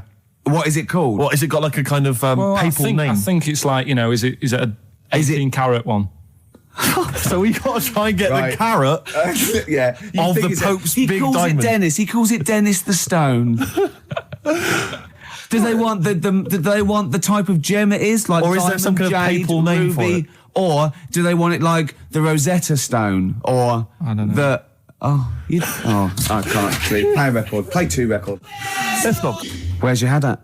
Basement Jacks. Right. Okay. Let's get this. Have we knocked this on the head? Then it's just not happening. Oh, here he is. Look. Here he is. Come in. Hey, look, how have you... Oh, God. I don't believe that. Oh, that's pathetic. I do not believe that. That's absolutely pathetic. Now, they won't believe this, will they? No. Right, No. if I say that Jonathan Ross just got his massive member out, and he is a big lad, come and sit down. I've got your tickets, Mr. Gervais. Thank you. What's going on here then? I mean, why are you dropping off tickets? Well, because, you know, in the spirit of the Comedy Awards, we like to have the rising young stars of the British Comedy Awards. That's right, and that's me. Well, we couldn't find any this year, so we've asked Ricky whether he would sit in the rising young star seat, and I wanted to deliver the tickets personally, so there's no excuses if he doesn't turn up later. Yeah. I always suspected that you were sort of pretty well endowed. Yeah. And now we've seen, you know, it's on webcam. That was just one of my cocks. That's the one you're wearing today. Didn't we? Don't say that. No, we were This is meant to be the happening young station. What's going on? No, you can't say stuff like that. You can't. Just careful what you say. Look at after Judy and Clary. Take his wilderness and he comes back in a person like. 10 years in the What happened wilderness. to you? That's Jesus you're thinking of, isn't it? Just because you're on everything at the moment. I walked in here and I came in here and I thought this is the young happening place, and what do I see in here? 3 old men sitting. What are you talking about? I'm only 28, 27. You all you're wrecked. You all look wrecked. You're Well, that's because we're always partying. I was looking for some youngsters. Where's the youngsters? I wanted to see some tight leather pants. I wanted to see some foxy chicks hanging on you every word. What is it? It's a bunch of old blokes on a block up there washing up in a sink. But look at him. He even dresses for radio. Look This at is him. ludicrous. It's amazing. Looks like you're I love the fact you were on the phone to Gervais last night, weren't you? Asking his advice on clothes. Look at him. He's going for the man down the DSS. I like that look. That's a nice look. Have you got a single pair of trousers that aren't elasticated at the waist? They're maternity jeans, aren't they? They've got a whole Frank panel that pulls The forward. thing is, what I do at the end of the week, I can pop these in the pan and I can make a nice soup with all the food that's encrusted in them. At his years as a homeless coming to the fore there. Look at you, But one why- step away from Lawrence Llewellyn Bowen. I'd like to be that bit closer. But why are you dropping off tickets? Are you a little bit... Because I thought you were married and stuff. Why do you suddenly got this obsession with Gervais? Because I'm a bit rough, ain't I? yeah, it's like when you see Dale Winton out with those rough boys. I'd like to get one of my own. When a top celebrity in a lovely looking suit walks down the corridor with his penis out, Yes. Yeah. I know that I'm still You attractive. know you've arrived. I was inaugurated in the same way. For me, it was Des O'Connor. It's like it's the passing on of the baton, if I may use that euphemism.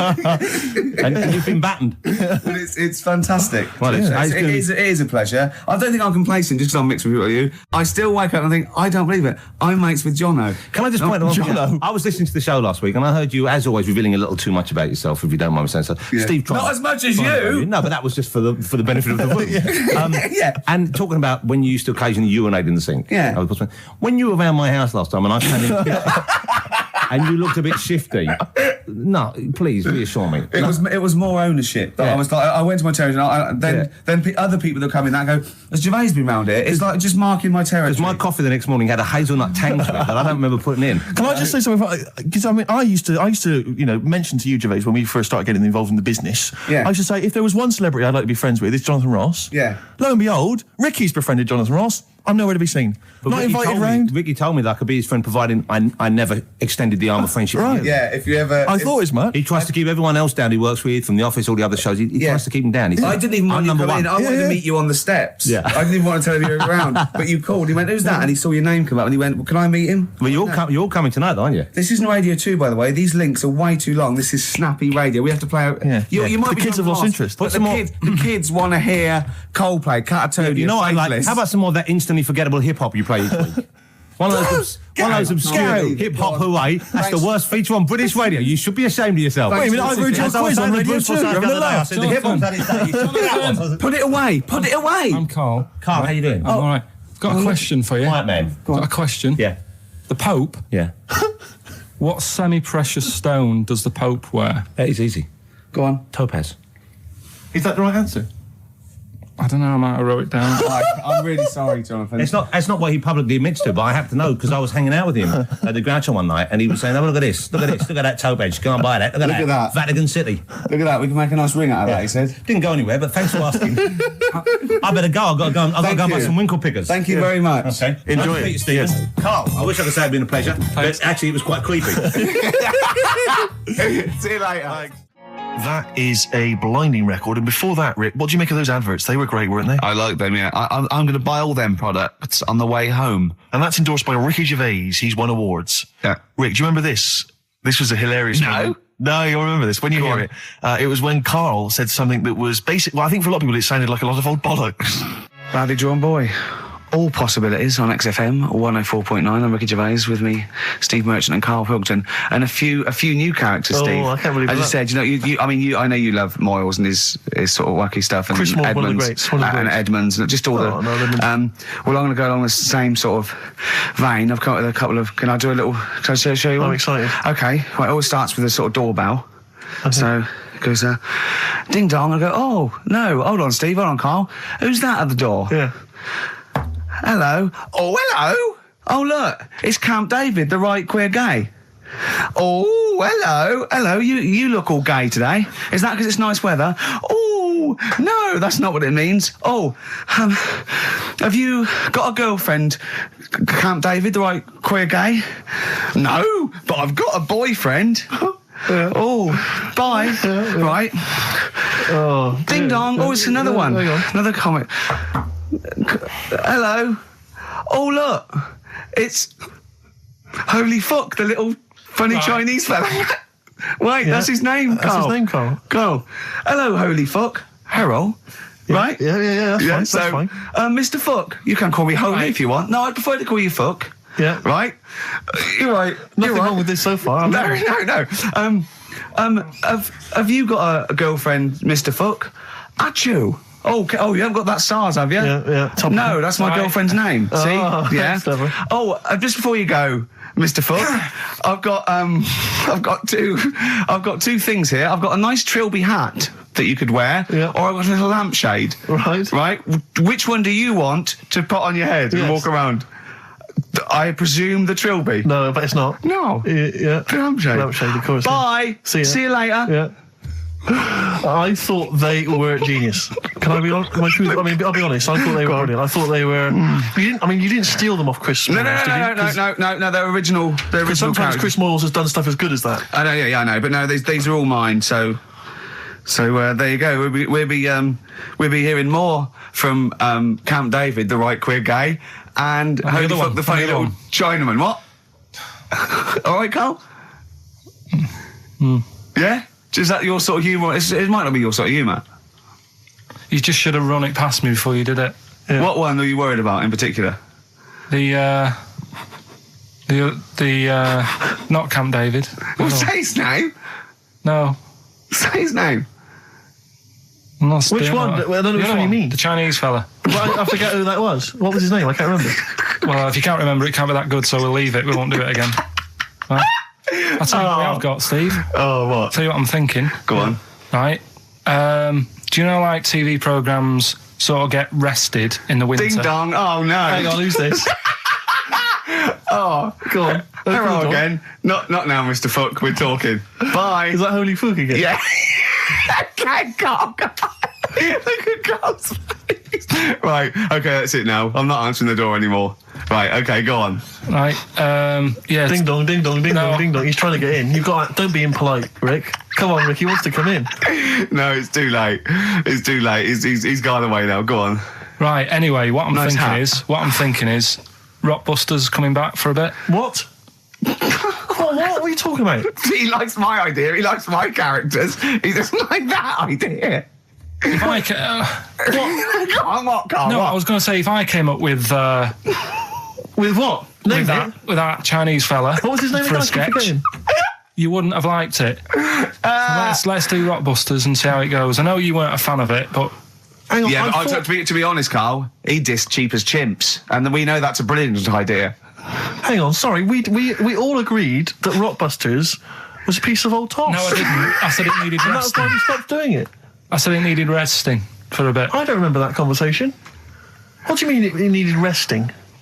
We abandoned it because it was appalling. You it started off as a nice idea, but you just gone crazy. Let's play a record and come back to this, shall we? What do you want to play?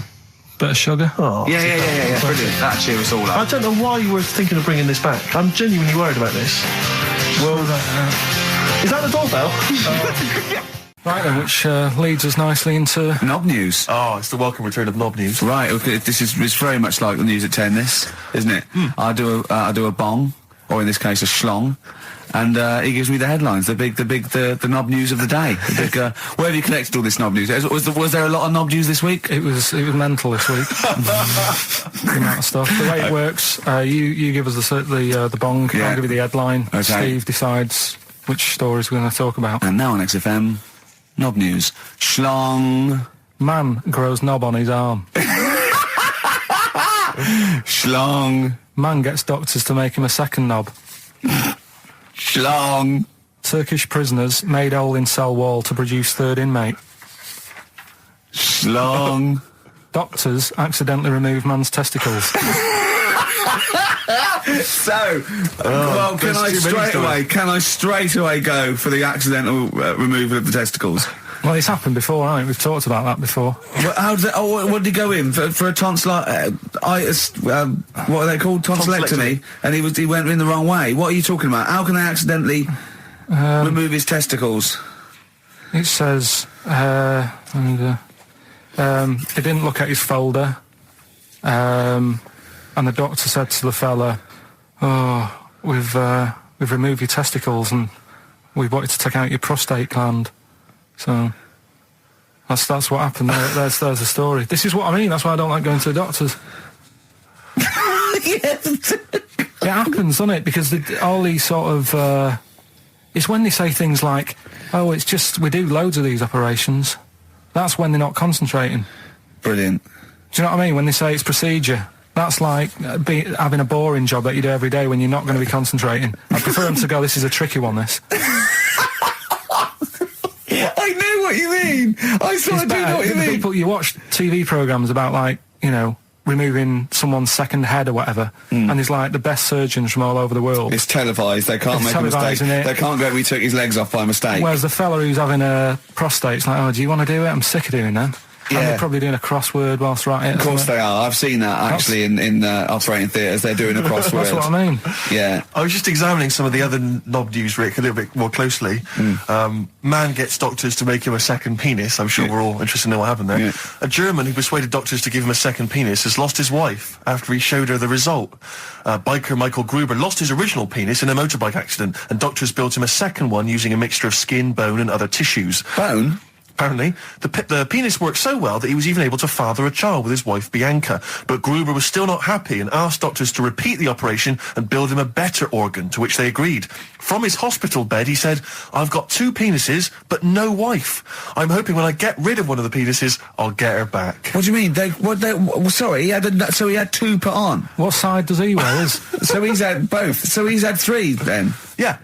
Yeah. This is probably the thing that happened with Hitler when he had 1 ball, but he had 3 at one point, didn't he? So he just kept one in the other ball, gave his mum one, and kept the other one. Well, do you know what happened to me on the way in? Go on. A homeless person called me a dickhead. How did he know? Do you know him?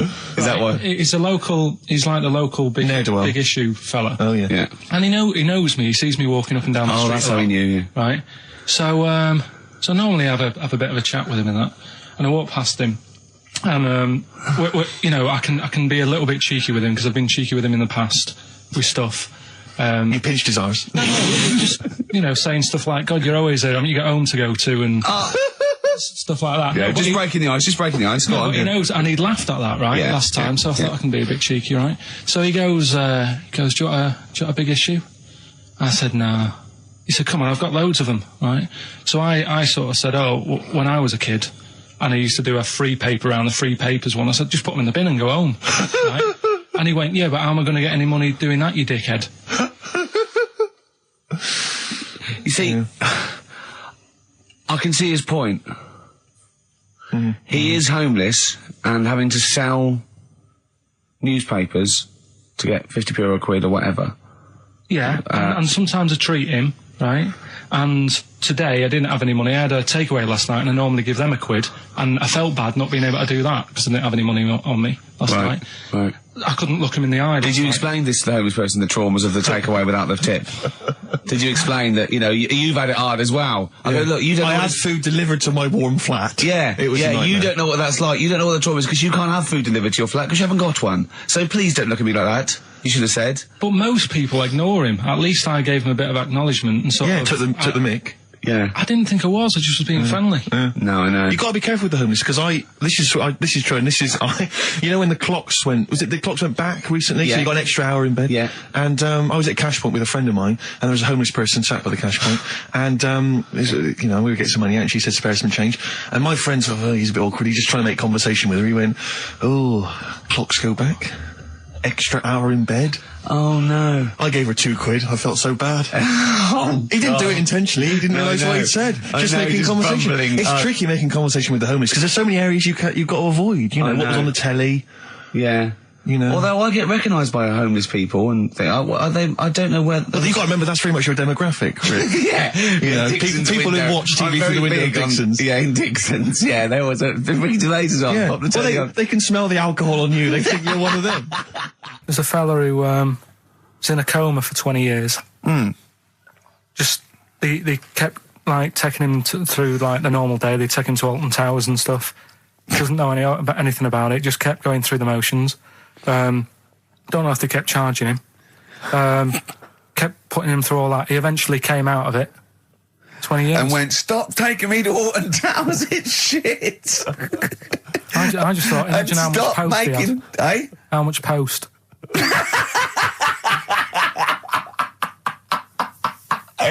Oh, Did you read about that guy in the paper, Karl? He, sorry, on the internet.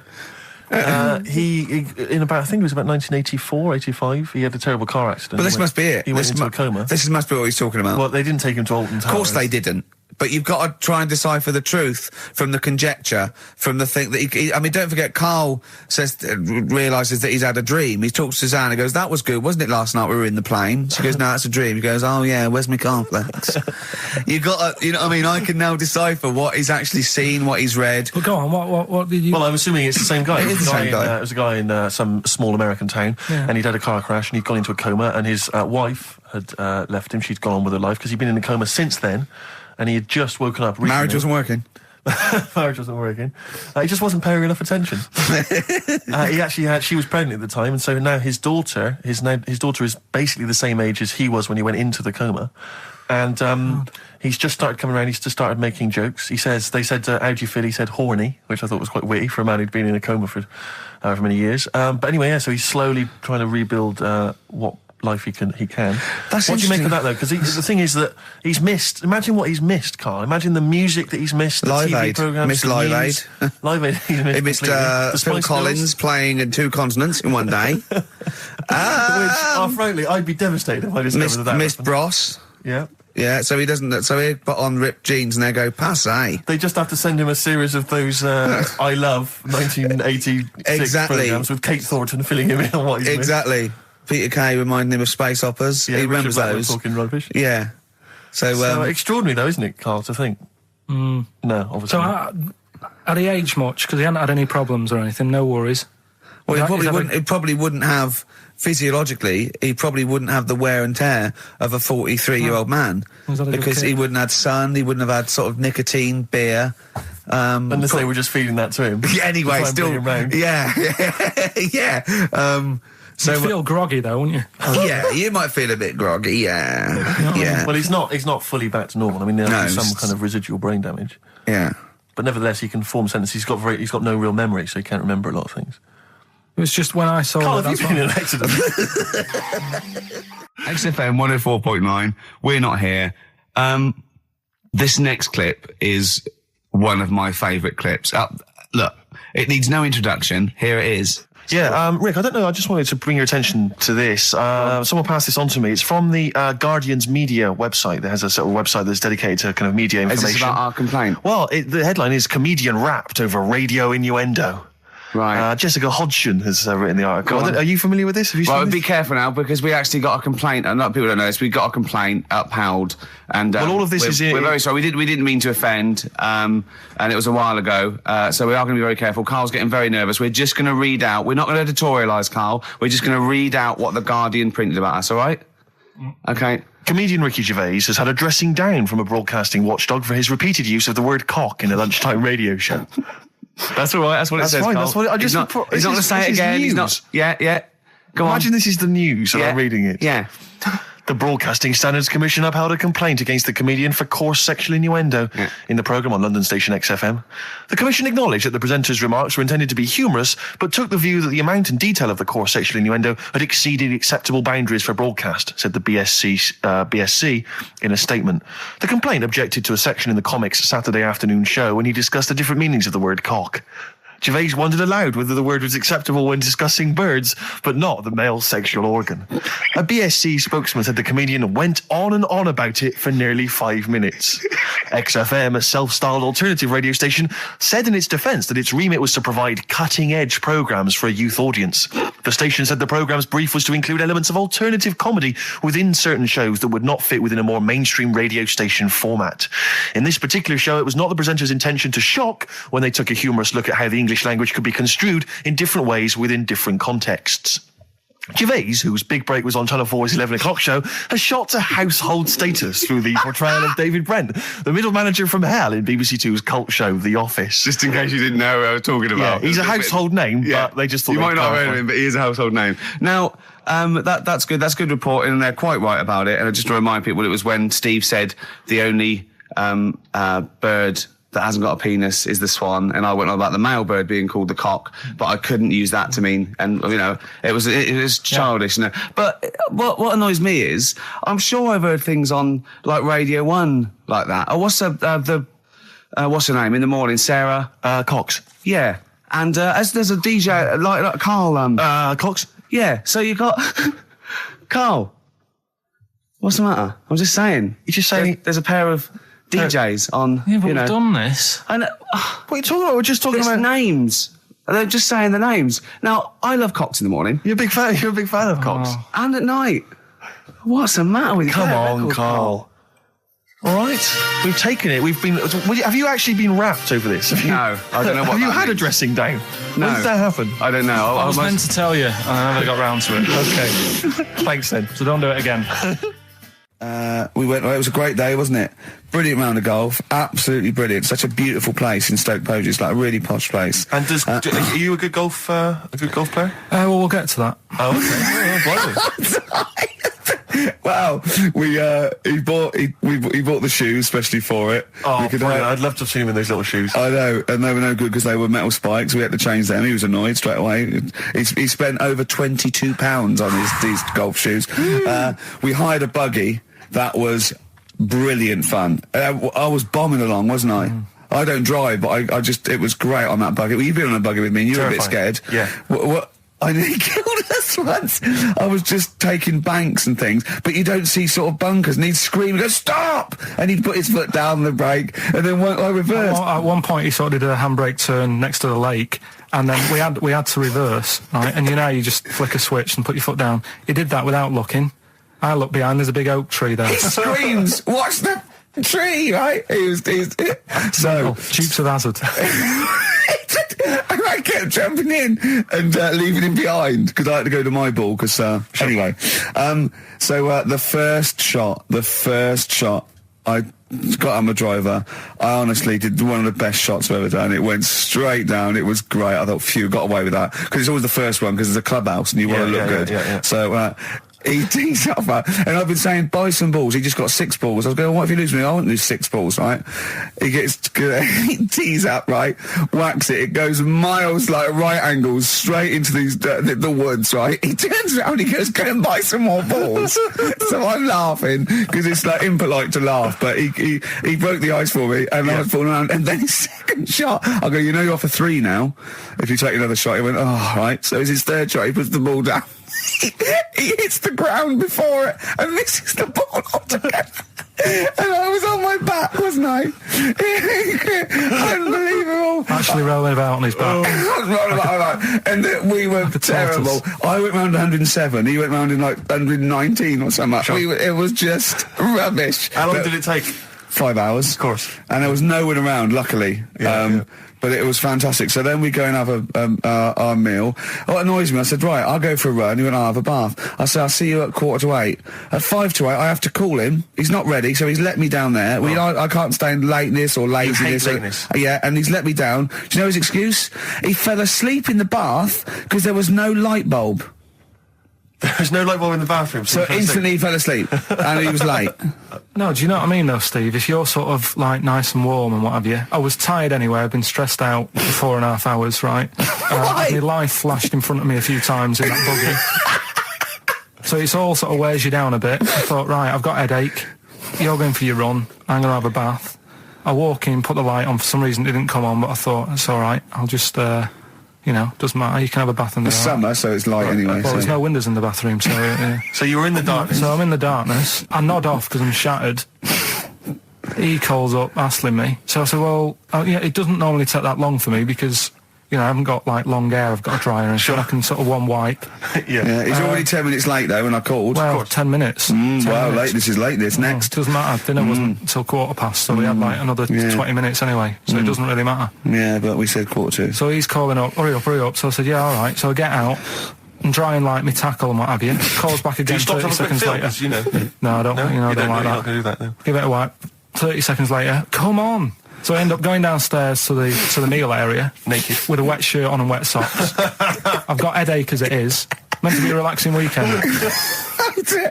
But anyway, so we have our meal, which is really nice. And then we're sitting in the bar. I'm having a cigar by the fire. Yeah. Like, we're having a rather nice Pinot Grigio. Yeah. He's there going, I've got headache. Is this 1955 that you live in? I know, yeah. It's so right. And we are knackered because he's not used to work. I've seen him moaning, falling asleep. He's not used to it at all. And you've been on your feet for over half an hour. Yeah, right. So we didn't even walk around the golf course. We had a buggy. Yeah. It wasn't even exercise. Lloyd Cole, she's a girl and I'm a man. Good, that, isn't it? On XFM, 104.9, Ricky Gervais, Steve Merchant, Karl Pilkington. As ever, Rick, there's always someone who steps in to defend Karl. Okay, what is the defence? What is the defence? Here's an email from Scott Coomer. He says, Karl is actually right. I've got an A-level in statistics and probability. It doesn't matter how long they have and how many monkeys you have. You cannot guarantee they would type the complete works of Shakespeare. Infinity makes it probably they would get it right, but not definite. Yeah. Well, yeah. Yeah. That's what I was saying. No, you weren't saying, Karl. You don't understand it. Infinity sort of sorts it out. That if they do anything, they nearly do everything, won't they? No, I mean they'll give it a good shot. No, that's not the point. But the I'd point be is surprised if they did one page right. Right, listen. It's not to do with consciousness. It's not to do with them aiming. They are just bashing away at the keyboard. It's like they're used to show that there isn't consciousness. They chose the chimpanzee because it can type, presumably, hit the keyboard. It's because they hadn't come across you at the time.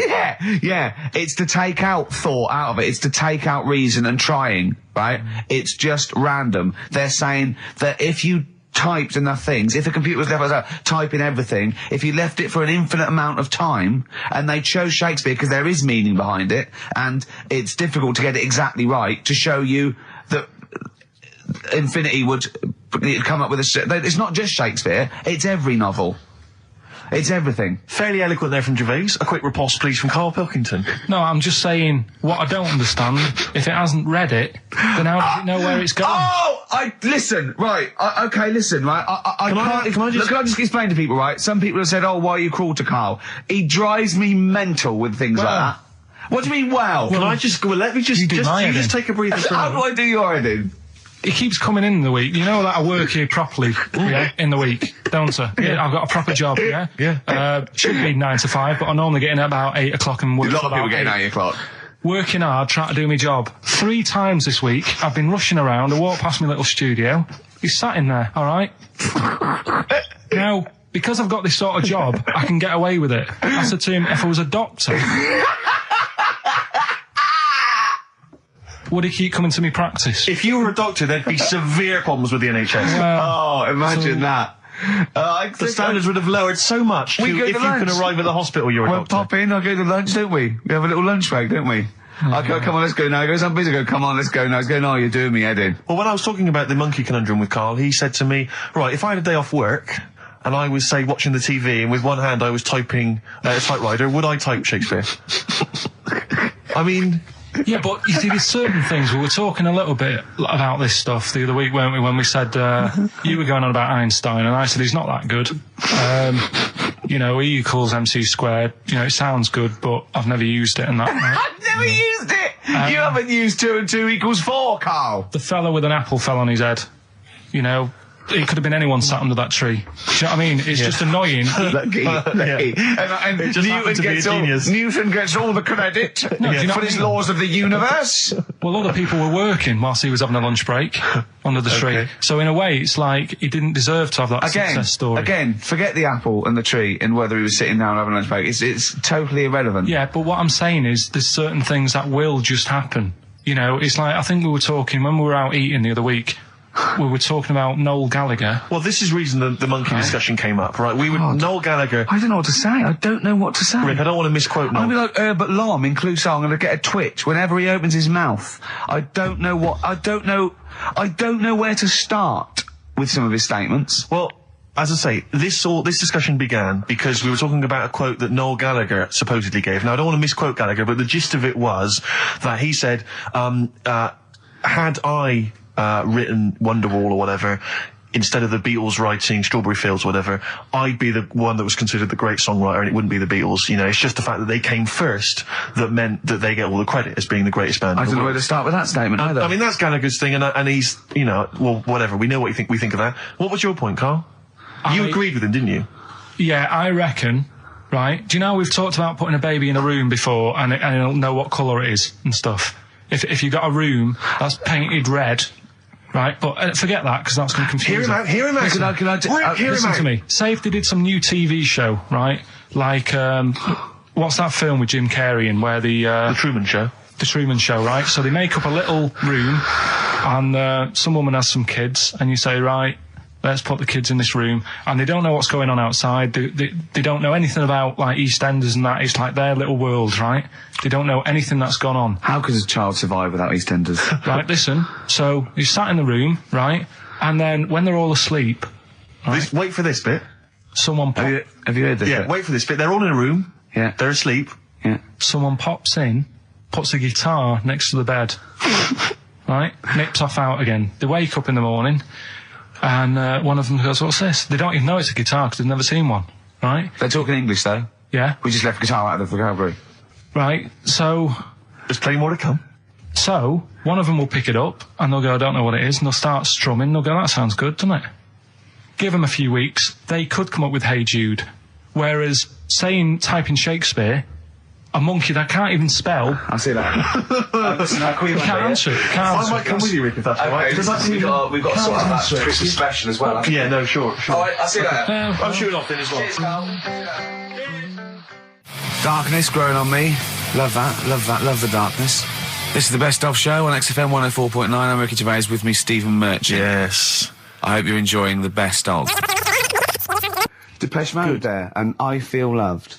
Who'd have thought Depeche Mode would have been that huge? I think I've seen little lads from Basildon with little plinky plonky sound. I thought that'd be it. They'd be like Visage or something. That'd be it. And now they're stadium rock fillers. They're huge. They've conquered America. He went through some hard times. He came out the other way, and well done. But see, I think what you just said there is a very good example of why they are and why certain other bands aren't. Because if you think about it, for me, you see, whenever I think of a band name, if I see a new band's come along or whatever, I always use a very simple test, which is, can you imagine that you're the announcer at a huge event? Maybe it's like broadcasting around the world, like Live Aid or Nelson something. Mandela or it's a concert. Nelson Mandela Freedom concert. Yeah. And you can imagine someone... He's there. Nelson's there. Yeah, with the there. Spice Girls. Oh, they're all there. But you can imagine someone saying, ladies and gentlemen, please welcome to the stage, Depeche Mode. Yeah. The Rolling Stones. The Who. Exactly. But you can imagine someone saying, ladies and gentlemen, please welcome to the stage, Visage. Ladies and gentlemen, will you please welcome our headline act? Welcome Idlewild! Exactly. Ladies and gentlemen, please welcome to the stage, Ned's Atomic Dustbin. It doesn't... Do you know what I mean? You just know. The Levelers! Some bands aren't going to make it. Ladies and gentlemen, please welcome to the stage, Mega City 4. You know what I mean? It's just a simple test. We'd like you to do that at home. If you're thinking of starting a band, or you've just named your band, you're just beginning, just phone in, tell us, or email in, tell us what your band name is, and we will use that simple test. And we will do the test. Ladies and gentlemen, will you please welcome to the stage... the Franken Walters! Jimmy Eat World. Ladies and gentlemen, please welcome to the stage, Cooper Temple Claws. I don't think it's going to happen for those lads. It's a good It's a simple test anyway, but... 100 reasons, please welcome to the stage, 100 reasons. 100 reasons I think would work quite well. I'm just going to give the email address, ricky.gervais@xfm.co.uk. But if you want, I'll pay for you to take history again. Carl, we'd love to see you get a C or above. And Well, we're willing I'll pay to... for you, and I'll get you some books. Right, now listen. We can, let's get, I reckon, when are the exams? June? Something like that, yeah. We'll try and register next week, and I reckon you can get an A or B. I'm history. I'm In busy. history. No, don't worry about it, it's just easy. I get your Brody's notes. If Heat magazine, they love you, Carl. They could probably sort something out. They could probably pay for a tutor. They got a lot of money, they sell a lot of magazines. I mean, it is always, almost always, and you found that out, I discovered this, it's always the Tudors and Stuarts. There's no fear for them not coming up. Now, what do you already know about them? You must already know stuff about Henry VIII and Elizabeth. No, because it's too long ago to even get interested in. Do you know what I mean? You can't. Is that why you didn't? To it. Okay. The Anderson thing, it was like, God, you know, I bet my mum and dad were in an Anderson shelter. You know, this is interesting. What, when they... Oh, my granddad would have, like, had something to do with this. But the Tudors, it's like, I don't know even if they had a family back then. Play a record. We come back Hang to on, this. hang Sorry, on. Steve, Just because I need to introduce my the new feature. Yeah, for the I record. don't know if I had a family back then. Carl, listen, let me Genius, just Carl. ask you now, right? If you can finish this sentence, we've got a chance. Divorced, beheaded, died. Divorced, beheaded. Died. What is it? We just need to do a little bit of work, but otherwise I think you're going to be fine. It's how you remember what happened to Henry VIII's wives. They're little... Divorced, beheaded, died. Divorced, beheaded. It's like spam. Support... What's it? Support, protection, anchorage, movement. That's how You're going to that's nothing to do with the Tudors No, and nothing to Stuarts. do with the skeleton. Yeah, see, no, we're not doing biology. Mnemonics and acronyms. What happened to Henry VIII's last wife? Did she die, or did she not die? Divorced, beheaded, died. Divorced, beheaded. Do you know that the only king that has got a moustache is... No. The only king that hasn't got a moustache is the King of Hearts on the playing cards. Carl is genuinely... I don't know if he's actually upset or embarrassed, but it doesn't matter. Why does it matter? You were 15 and didn't go to school. If you were my friends, I think you would have just said, oh, we can't find them. Why? But you just What's matter, that though. to do with that? Well, what do you mean? What do you mean?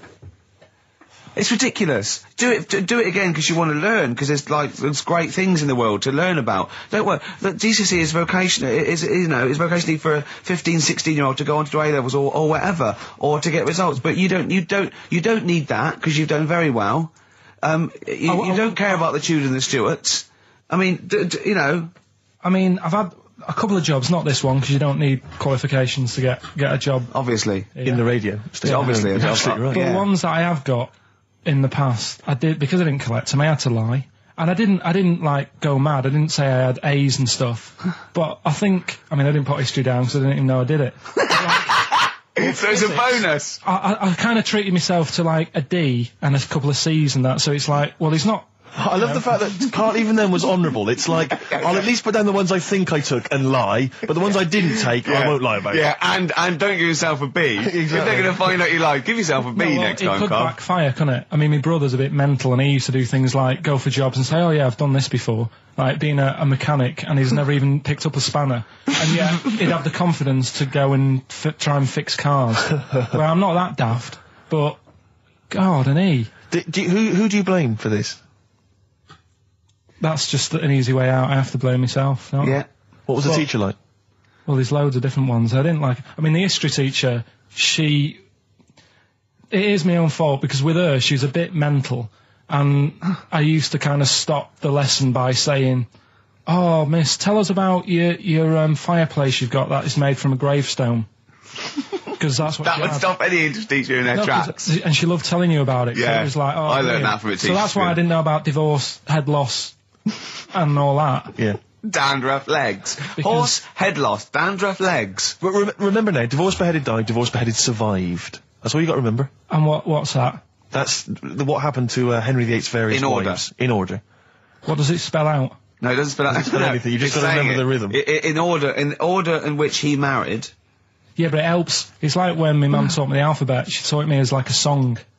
A, B, C, D, E, F, G. Yeah, constant. Yeah. No, not like that. Huh. That's how everyone else could do it, and I couldn't do it that way. Right. What tune did she do it to? It was A, B, C, D, E, F, G, H, I, J, K, L, M, N, O, P, Q, R, S, T, U, V, W, X, Y, Z. I feel like, feels like Christmas Day. What, you didn't get the gift you wanted? Yeah, do you know that, like, anticlimax? Yeah. When, you've been looking forward to it for so long. Yeah, you know. Well, I mean, I knew you were looking forward to it. That's why it took you 14 years to get the result, and then it was 2 other people that got them for you. Do you wish that we hadn't done it? No. It's alright. It's alright, isn't it? What's your girlfriend going to say? I don't think I'll see her again. She likes a man who knows about the Tudors and Stuarts, does she? Yeah, first gladiator, then the... Yeah, you've been bluffing. Whenever she said, where did you go to Stuarts? You go, good. Like, lots of things, but look, there's a bird. What happened to Henry VIII's last wife? Oh, I wouldn't... oh, yeah. Oh, look, Friends is on telly. Friends is on. No, I just changed the subject by saying things like, you know, about the only king in a pack of cards.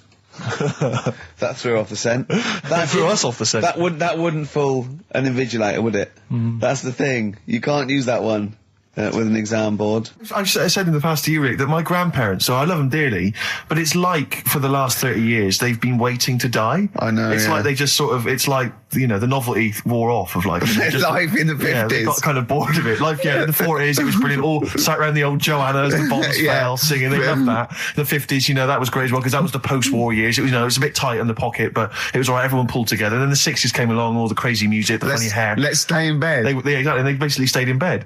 And it was one Christmas when my grandmother said to my dad, what do you like for Christmas? What do you fancy for Christmas? And this must have been, I don't know, 20 years ago. She said, what do you fancy for Christmas, Ron? And he went, well, you know, I could do with a nice big kind of warm winter overcoat. She said, don't worry about that. Don't worry about that, because your father will be dead soon. It's what you can have his. Meaning my granddad. Well, I'll be honest with you, my father's still waiting. Which is good news. Good news for my grandfather. Less good news for my dad. He's freezing. He's freezing. He finds out, how is he today? He's fine. Oh, okay. Oh, I'm freezing. It is such a weird mindset, that. I think that, to me, is what sums up people from that older generation, the 40s and 50s. And it seems to me that you've got that kind of mindset. It's like you were born in the 30s. And whenever you talk of your childhood, it's like you had like a baked potato to take to school. And a hoop and a stick is a Christmas gift. The other thing is, I think that that sort of generation, it seems that the man is dependent on the woman. There's a total dependence. Oh, absolutely, If she dies, he's done. Yes. He's done for. Yeah. Just pine away. If he dies, she's got 30 years of pottering. Absolutely, yeah. Do you know what I mean? And going to, like, you know, the youth club and the church. I know what you mean, yeah. It's sort of like that. It's sad. Of course, it's sad for them, but it's not the end of their life. No, sure. And it sort of is the other way around. I don't know why that is. Yeah. It's terrible. That's a little melancholy thought for I know, Christmas I've really brought it. You brought it down. You've brought it down. I've brought it. This isn't a nice show at all. This is terrible. Well, we're going to have people just killing themselves. What? Because my Auntie Nora, She same thing, pumped her with loads of drugs. She used to have a cabinet next to the bed is like boots. She's got loads of stuff, right, for all sorts of stuff. And I mean, she's not that old, but she's on loads of stuff, right? She's a bit coked up, is she? She called up my mum once. And, yeah, you told us this. Go on, tell it again. And she said, "Oh, how are you doing?" And that. She's all right. Bit worried though. My mum said, "Why? What's up?" She said, "I've been breaking wind." So she goes, "Well, you know." She says, "No, but this one is going on and on and on." And she was like, she was like, what do you say? What's like passing wind, farting for 5 minutes. one thing, not like, you know, trumping and then nothing. Yeah. Continuous drone of a fart. Yeah. I don't think she had. How big was she? She must be the size of a barn. No, she's not that big. She's good for her age. No, but I mean, quite slim. No, but fighting for 5 minutes. Where's all the gas? Was she circular breathing? Was she sucking it in with her mouth? It was just, I don't know that much about it. But she called up my mum. About 2.5 minutes in. Could you hear it in the background? 2.5 minutes in! 2.5 minutes in, she called my mum up, and it went on for a further 2.5 minutes. Oh. And she just stayed on the phone, did she? Where was going, can you hear that? Well, did she hold the phone next to her arse? Listen to that. She was off the ground. Trying to work a tune down. she was actually hovering. She was 4 foot off the ground when they found her, the ambulance men. The cat's dead. Don't light a match! Don't light that cigarette! Yeah, it's like that advert. The kids come home from school, switch on the light. Yeah. There they see Granny hovering, turn the light on. Be careful if you have an elderly woman at home. Yeah. Drugs make you fart. So that's what I'm saying, you know, just let these people... What are you saying? No, wait a minute, what are you saying? I'm saying let people enjoy the life they've got left. No, you're not. You're saying don't put them in hospital, leave them at home to die. No, I'm not. Give them a Rubik's Cube and let them die. That's what you're saying. Yeah, I'll tell you something now, right? Steve, I'll tell you something. I didn't want to do it because it brings the show down. But she did die. Who, the blue-handed lady? Yeah. How do you know? Because I said to my dad, how's the woman next door? She said, oh, she went last night. They've got an old fella in there now. God. So, there you go. So, wouldn't it have been better to leave her at home where her friends and family can call and speak to her, even nip-dap round if they want, you know, with a cat, I imagine. No, it's definitely a cat now. What was that cat's called, that you imagine? Probably, I'm seeing like a big ginger one, so I don't know, something like, I don't know, maybe ginger or whatever. Maybe I had a budgie. But that's what I'm saying, just let them enjoy this life, because dying in hospital, I wouldn't like to do it. If I went to the doctors and they said, you haven't got long life left, I'd say, well, I'll stay at home. Yeah. And that's the point I'm getting at. Yeah. Right? If you can't do anything for them, let them enjoy their life. Yeah, a Rubik's Cube. Right, well, XFM 104.9, we're not here. Oh, it is a bit like being Dennis Norden, playing some great moments from the show. I just imagine Dennis Norden one day, sort of just like waking up out of his stupor, he's doing this, and he'd go into the producer and go, I've just seen a couple of my programmes. I just saw It'll Be Right on the Night 18. It's shit. It is terrible. Why didn't someone tell me? Well, we didn't want to upset you because, you know. But I've been doing it way too long. Well, you can just let me go on forever. Well, until you died, yeah. Well, why can't my son take over? Well, he's 80, Dennis. And the jokes I'm doing, they're awful. They're just, why have I got that clipboard? I've written these jokes, they're not funny. There's an audience, they're laughing. What are they laughing They're not at? laughing, they're not laughing, that's canned laughter. Who are those audience? Who goes to an audience for It'll Be Right on the Night? A lot of them are older than you. It can't be right. Do you know we have a 15% fatality in one of your audiences? But I went home at Christmas, I watched one of the episodes, I was with my family and friends, I said, watch this, you'll love it. Stony face, no one laughed, they all thought it was shit. Well, it is shit.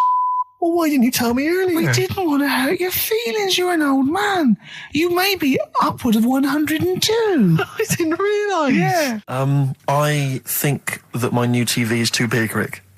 I said that I know, when he I bought don't know it. what I was thinking. But I can't believe it. He talked about this buying it. He's got a bit of cash now, of course. And what is it? 42 inches? 42-inch plasma screen. What did it cost you? $3,000 or something? Don't tell me. That's wow, gross. it's ridiculous. $3,500. Big spender. Of course it's too big. Well, I can't get far enough back in my room, in my living room for it. You know, you're meant to be, I think, 4 times the screen size away from it. Really? To get out from the air. So that's 4 times 42 inches you're meant to be sitting away from it, which is impossible. Yeah. Well, I'll have to just get friendly with the neighbours. Yeah, watch it through a hatch. Yeah. If that's the case, though, aren't you better off just getting a portable? What? I don't understand that rule. What are you saying? Well, you're meant to be 4 times the screen size away from the TV. But then what's the point in having a big telly if you've got to keep moving further back? Get a portable and sit right next to it. Do see your point. Why do people go to the cinema then? Did you see films that are out yet? Fair enough, he's got you there. Dom, I'd tell you this though. I had it delivered, and are you supposed to tip delivery men? Of course you are. I don't know. You said I've never had anything delivered before. I never spent that much money. Not if it's a courier with an envelope, but if it's a bloke who's struggled up the stairs, two fat blokes with a fridge, then give him a £5 for a drink. But the problem was, I didn't realise, and I was thinking to myself, I wonder if I've got to tip him. And the guy was leaving, and my mobile phone went off in my pocket, and I reached in to get it. He put his hand out, thinking it was a tip. I went, it's just my phone. And I felt terrible after he left. I didn't know. What was I going to do? Run down the street and offer him a £5? No, of course not. No. I'm not made money. I just spent it on TV. Yeah, I've got no money, mate. Yeah. I just spent it all on this. I had to clean out my jar, everything, the drawers. Yeah, I'd take some bottles back. The problem was it took me forever to wire it in. I thought I'm not going to pay for someone to wire it up, So it took me about 3 hours to wire it in, and it was huge. And I got it switched on, and the first programme that was on when I got it wired in was Bargain Hunt. I'll tell you this, David Dickinson's tan almost took me eyeballs out. It was incredible. It was like X-rays. It was extraordinary, the glow. A huge plasma screen with this orange thing coming out, and he keeps turning to the camera, doesn't he? Just to get you. Yeah, he turns away. You get a bit closer. They go, "What's he doing?" He just turns around, takes the cornea off. What do you think, Bargain Hunters? Bargain Hunt. Oh dear, that's why I'd buy a plasma screen to watch Bargain Hunt. I mean, it's ludicrous. This is the problem, is because what do you watch? Have you watched anything that's been worth having? The only thing I've watched really worth watching. 24. Well, 24 works great, but also films. Obviously, that's the main reason I bought it, because films just look amazing on there. Yeah, DVD on the plasma screen. There's that one that a bloke, right, was going to get a phone call at 4 o'clock to find out if his business was, okay, right? And if he didn't get the phone call, he knew he was broke, destitute. So dead on 4 o'clock, the phone didn't ring, so he went up to the roof of his office and he jumped off to commit suicide. And as he was passing his window, the phone was ringing. Oh no. Carl, it didn't happen. It didn't happen. Think it through. Who told that story? Who told that story? As he hit the pavement at 120 miles an hour. He's the only person who could have known that series of incidents. Also, why didn't he wait? As his life's at stake, why didn't he wait till 5 past? I said, I'm going to give it 5 minutes just in case. In case the lights are busy. Yeah. And what sort of bloke goes, I'll call you at 4, okay, if you're busy. Well, call me anyway. No. If I don't call exactly 4, then, you commit suicide. Commit suicide. I would, because if I don't call at 4, that's the end of it. Well, call me anyway. No, that's not the way I work. Why can't he just call me and tell me the other way? Well, I'm telling you how I do it. If you're bust, I don't call. Can't you just call to verify in case something goes wrong? What if it's engaged? It won't be engaged. Just commit suicide at 4, please. It didn't happen, Carl.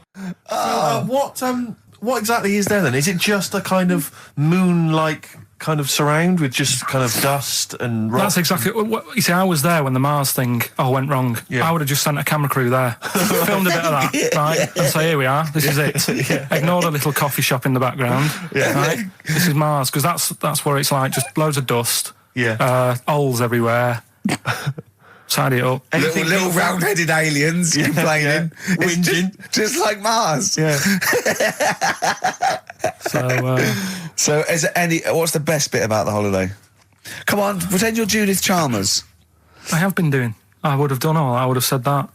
Don't bother. Well, I mean, the hotel was good. Yeah. That was all right. What was that like? It's all right. Just, clean. That's all you want, isn't it? See, that's not quite what Judith Chalmers does. She doesn't go, what's the hotel like? All right, yeah, clean, isn't it? All right. What was it like? What was it? 3-star, 4-star? Did it have a swimming pool? What was the room like? Yeah, had a swimming pool and that. Yeah. Yeah, it's good. I think it was one of the better ones on the island. Okay. Nightlife? Wasn't really. And there was a bar. There was some bands playing. Yeah. Not very good. Food got a bit boring. Yeah. It was always the same food every night, but they sort of themed it and made out as if it was different. So, like, on Mexican night, it'd be chicken with a nacho on it.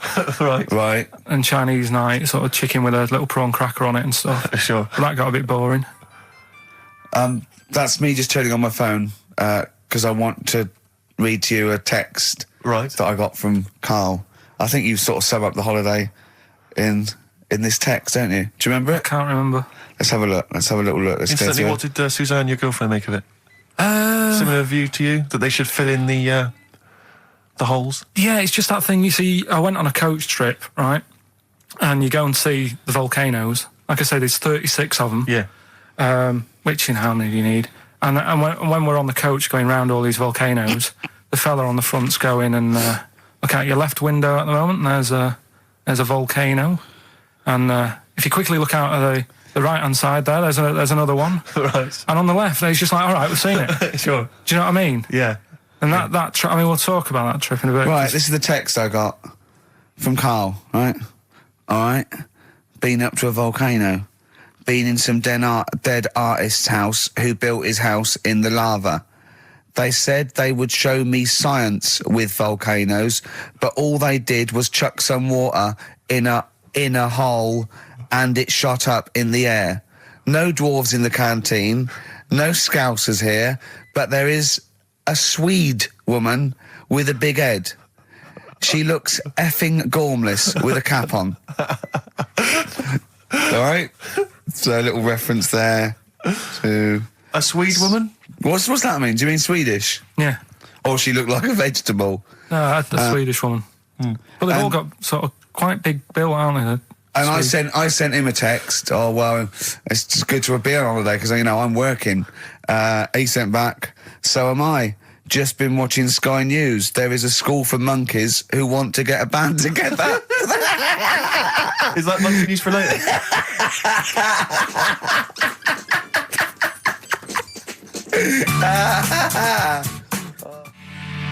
Oh My Corazon by Tim Burgess. I can't get enough of that. I love that chorus. On XFM 104.9. Ricky Gervais, Steve Merchant and little Karl Pilkington. But it was a nice holiday. Yeah, it's all right. It's just, I went there to relax and that. Exactly. Did a little bit of that.